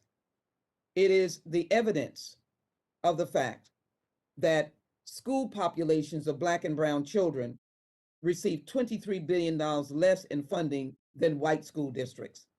It is the evidence that end-of-life care for Black Americans is $7,100 more expensive for Black individuals. It is the fact that Black people are more than 6 times as likely as white people to languish behind bars for possessing drugs for personal use, even though Black and white people use drugs the same. In fact, the concept of mass incarceration was on the backs of Black men and women in the state and federal prisons. So I want to raise this question with Ms. Masoki, because we thank the Japanese Americans for We apologize to them for the unnatural internment that they faced in the 1940s of patriotic Japanese Americans. We have received 300 letters from Japanese Americans in support of H.R. 40. We are aware of the fact that Japanese Americans under a Republican president had the Civil Liberties Act, which was signed into law by President Reagan, and received a reparation. Would you share with us the fact that this legislation, H.R. 40, if I might use the term, is mainstream and is relevant to today as it was relevant to you and the Japanese Americans in 1988, shortly thereafter John Conyers introduced this bill. And I'm glad in his leaving the Congress, he was kind enough to pass to me his legacy and ask me to carry this bill. Ms. Masoke, if I've got it right, would you share with that point about the support of Japanese Americans and these 300 letters and the feeling that came over you in 1988 to receive the Civil Liberties Act signed by a Republican president? I think that our community mobilized very quickly to submit those 300 letters. And I am really proud of our community because I think we understood and understand the lesson of redress and of the Civil Liberties Act, and that is solidarity with others. And to communicate the fact that you said, yes, it is mainstream. We won redress in 1988, and we didn't think we could, but we did with support of the whole country, enough to pass.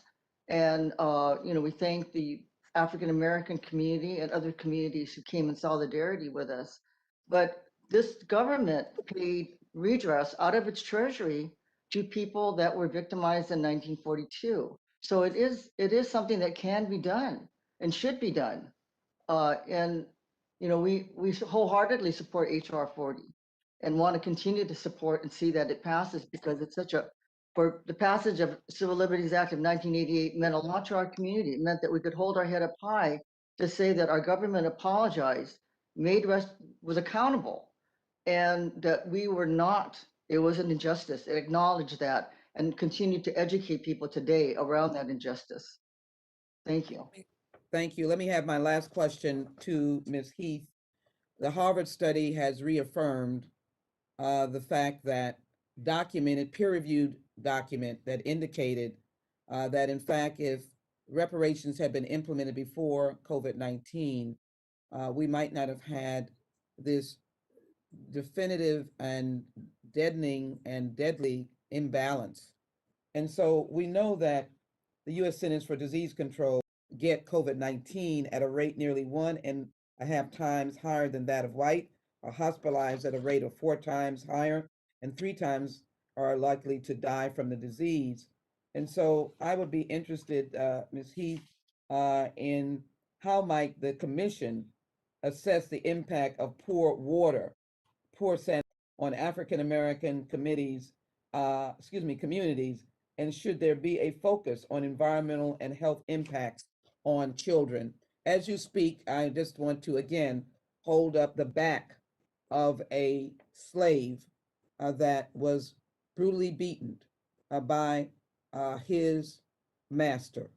And so that pain, that brutality continues. Ms. Heath, would you answer that question, please? Thank you for the question, Congresswoman.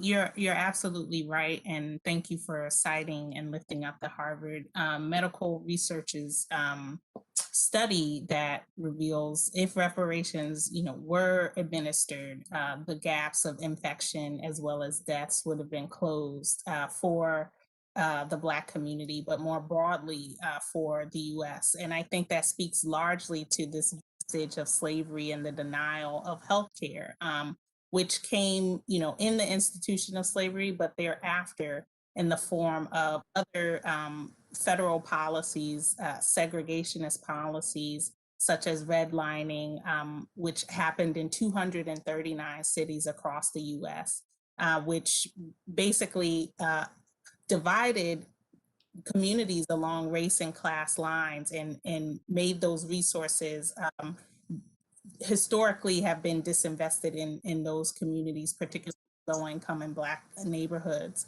So we absolutely need to look at healthcare specific reparations remedies. As you know, the same disease is going around and affecting all of us, but some of us are dying and being affected more. And that means we're looking at life expectancy rates within the US and being Black people being 4 years less likely to live. There's also rates of asthma, heat stroke, diabetes, obesity, maternal health care, access to prenatal care that would help assist in terms of preventing preventable diseases and preventable deaths. And so that's why we need healthcare reparations specific, because Black people are living in poor neighborhoods, attending lower resource schools, as well as lower quality healthcare facilities and hospitals with higher rates of ambulance use because there's no access to a broad range of practitioners that are dealing with these healthcare issues. So there's going to have to be a wide range of look at discrimination as a result of several government federal policies. Point of order. Point of order. The gentlelady from Texas is going over time. Is it possible I get 2 minutes to conclude also? Yeah, Mr. Cohen, Chairman Cohen, Yeah, I've got a menagerie of devices here, but Mr. Owens, you'll be recognized for 2 minutes afterwards. Thank you. Thank you so Ms. much. Lee, are you about finished? Thank you, Mr. Cohen. Mr. Howard wanted to comment. Would you be kind enough to indulge Mr. Howard, who wanted to comment at this time? Then I'll conclude my remarks. I will indulge you. Thank you. All right, thank you. And I know Mr. Owens will have his time as a ranking member. Mr. Howard, may I pose to you a question that responds directly to the picture that I'm holding of a brutalized slave who shows the webs of the beating of their master, and note the term that I use, that was the terminology that slaves were subjected to. They were the slave, and then they were the masters. And that's what we had here in this country, of which we have never received an apology or a response. I want to yield to you and say, we're not asking our neighbors to do anything. We're saying to the federal government that it was sanctioned. This is a legal commission to go through legal process of how we address these issues. But would you just address this, and then I will close. Mr. Howard, you want to address this now? Thank you, Congresswoman Jackson Lee. That picture, most people may have seen that picture and some may have not, but that picture is a picture of a man by the name of Gordon. Gordon received that beating at the time of the Civil War. And after he healed, he escaped enslavement and found his way to a Union Army camp. And it was there at that Union Army camp where that picture was taken after his examination to be enlisted into the Union Army to fight for the freedom of 4 million other of his enslaved brothers and sisters who were enshackled in America. And after joining the Union Army, Gordon went out on patrol and was beaten a second time and left for dead, but found his way back again to the Union Army and participated in one of the first major, the first major battle in Louisiana that was won by Black Union soldiers. So it's in that spirit that we continue this struggle to be repaired today, in the spirit of Gordon. And I just wanted to lift up his name. Thank you, Congressman. Thank you. And let me conclude my remarks by thanking Secretary Weber, Professor Ashumi, Mr. Howard, Mr. Masuki, Ms. Heath, and Mr. Shelton, and conclude my remarks with these simple statements. We have a wonderful group of members. I want to acknowledge Congresswoman Bush in my closing remarks. And the reason is because she had great experience in Ferguson. I went there when Michael Brown was brutally killed and racially profiled. It wasn't in 1855. It wasn't in 1822. It wasn't in 1799. It wasn't even in the 1950s. It was in the 21st century. Mr. Brown was racially profiled, a young man, headed to college, playing football, racially profiled. When we pierced the veil of that city, Ferguson, we found out that the whole community had been racially profiled. The whole city was basing its income, its revenue on fines and fees from African Americans, continuing disparities, and I say continuing remnants of slavery. So I thank Congresswoman Bush for her leadership in that fight. I'm glad she is here, but that is a very prime example of what continues to happen in the 21st century. I believe good Americans, and they're everywhere. This is a good country. It is a special country. It is a country that loves democracy, will welcome HR 40 and the healing, reparative aspects of this commission. And so the final question to all of us is why we can't wait. And Robert F. Kennedy asked the question when he was asked, when people ask me why, I ask why not. That is what we're saying today. When people ask us why, I say why not. And when they ask us what time, I say why we can't wait. I'm delighted to have had this opportunity, and I yield back. Thank you very much. Mr. Owens, you've been patient, and if you would like 2 minutes, 3 minutes, 4 minutes, even 5 minutes, you've got it. First down, 10 yards to go. You recognize, Mr. Owens. Thank you, Mr. Chairman, and I love the football analogy. It's something I still relate to years later. Let me just, first of all, I want to thank Mr. Elder and Mr. Walker for their time, and just give a minute or two, just to quickly, if you have any conclusions that you might want to give, so I can wrap this up on my side. Mr. Walker first, anything that you just want to quickly add before we close this out?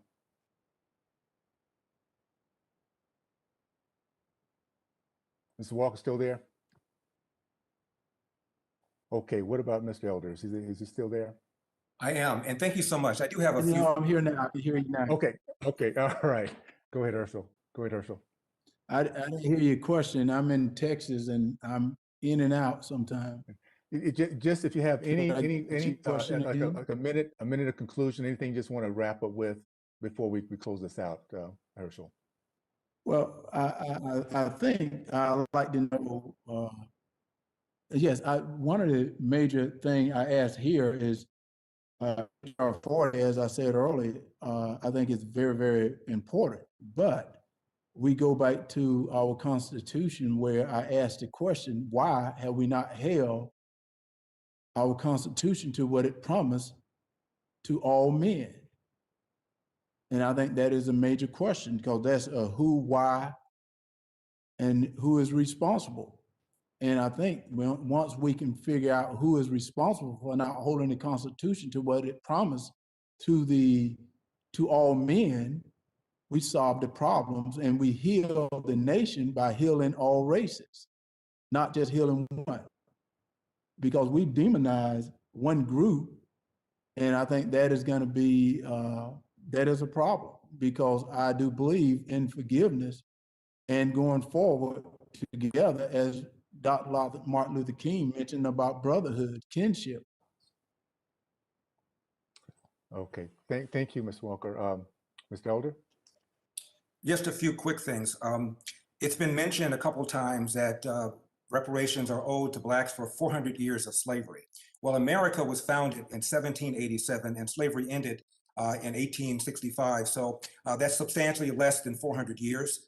It's also been mentioned that America has yet to atone for slavery. Well, remember that Lyndon Johnson launched the so-called War on Poverty in 1965. He specifically talked about the need to redress past grievances for Blacks. Since then, we've spent over $22 trillion in payments to fight the so-called War on Poverty. Also, Mr. Cohen mentioned the wonderful story about Minnie Minoso. I remember Minnie Minoso. He's a great ball player. I'd like to give you a story too and conclude with this. I was in law school in 1974, 1975. I'm visiting my aunt who lives in Southfield, Michigan, right outside Detroit. And she and I are talking. The doorbell rings. The gentleman comes who's about 40 years old, a friend of my aunt's. And he came in, he sat down as my aunt and I were talking. I was talking to my aunt about the classes I was taking, what I intended to do after I got out of law school. I looked up and this 40-year-old Black man was crying. I thought maybe I said something to offend him. I looked up and I said, "Excuse me, did I say something that bothered you?" He said, "No, no, no. I just wanted to be a lawyer too. And I had the potential to do it. I didn't take responsibility. I got caught up in too much jackassery and I blew my opportunity. I went to school with a lot of young Japanese kids, Korean kids, and Chinese kids. They all had something in common. They busted their butts in homework. You look at a graph of who does homework in America, Blacks are outdone by Hispanics, who are outdone by whites, who are outdone by Asians. There's a reason that Japanese Americans, Chinese Americans, and Korean Americans make more money per capita than do white Americans. They work hard, they don't complain, they take responsibility, and I would urge all of Americans to follow that example. Thank you so much, Mr. Elder. I just want to wrap up just with this little bit of history real quick, guys. I was real blessed again to grow up in a household where my dad had returned from war. I'm not sure what the other experiences were on the call here, but the experiences of my dad and his brothers was that they came back from war and they were able to take advantage of GI Bill. They actually he came back. He could not get his postgraduate degree in Texas, where he grew up, because of Jim Crow laws. I ran across a box of letters when he passed away 8 years ago of rejection letters across this country. But what that generation did, they looked at that kind of rejection as motivation. He continued until he got to Ohio State, where he got his PhD in agronomy. His brother got his PhD in economics. He went on, and 3 years later is in Africa doing research. Now, I want to ask you, how many white Americans in middle 1950s were living in Liberia, Africa, and I was a 5-year-old kid at the time, with their parents doing research, traveling around the country? That's because that nation, that generation, took advantage of every opportunity they had, and they never felt sorry for themselves. They were out to win by command and respect from those who needed to see them win. So Dad came back. He was 40 years of professor at Florida A&M, a very successful entrepreneur, researcher, a great mentor, and the most important thing, he taught us that you work hard. You work harder than the next guy. You start harder than the next guy, and you win in that process. That's the message we have to give. And I would ask that our Congresswoman, Congresswoman Jackson Lee, instead of showing something 200 years ago, how about showing a picture of my dad? That generation of great men and women who really went through the toughest of time, grew up in the Depression, went through this true segregation, the KKK, and they did not let it stop them. They led our nation, as I mentioned before, in all the categories of success, because they understood that their kids deserve to see success full-fledged. We need to take the time, instead of opening up past wounds, what's happening today to our kids? What are the policies that's happening in California that makes us such a high misery index in everything you can think of, from education to families to crime? California is a place that should be showing all of us, in terms of a liberal democratic state, of how the policies work. The policies are not working. And at the end of the day, those are policies that we have to look at, not the past, because together we put the right policies where everybody has the same opportunities for life, living, and the pursuit of happiness, and we can show everyone how great our country has always been in terms of opportunities and where we're going in the future. So please use my dad's picture, and I'll send it to anyone who needs it, in terms of what we're doing today, instead of what happened 200 years ago from strangers we don't know. He's an example, and Larry's dad could say the same. I can go across the board. Anybody who grew up during the 50s and 60s understands what the greatest generation looked like, and they were not people who felt sorry for themselves, and they would be upset to hear that they've been looked at as victims today, because they were victors in a big way, and they're great examples of what the American dream really is all about. With that, I yield back. Thank you, Mr. Owens. I appreciate your testimony. I appreciate all the members of the committee, and particularly the witnesses. They have given their perspectives. We've had a complete discussion of this issue and people supporting and against, and for the reasons, and it's good that we have such hearings. Thank everybody for appearing. It's an important hearing. Without objection, all members will have 5 legislative days to submit additional questions for the witnesses or additional materials for the record. With that, I declare this hearing concluded and adjourned. Bang. Done. The whistle.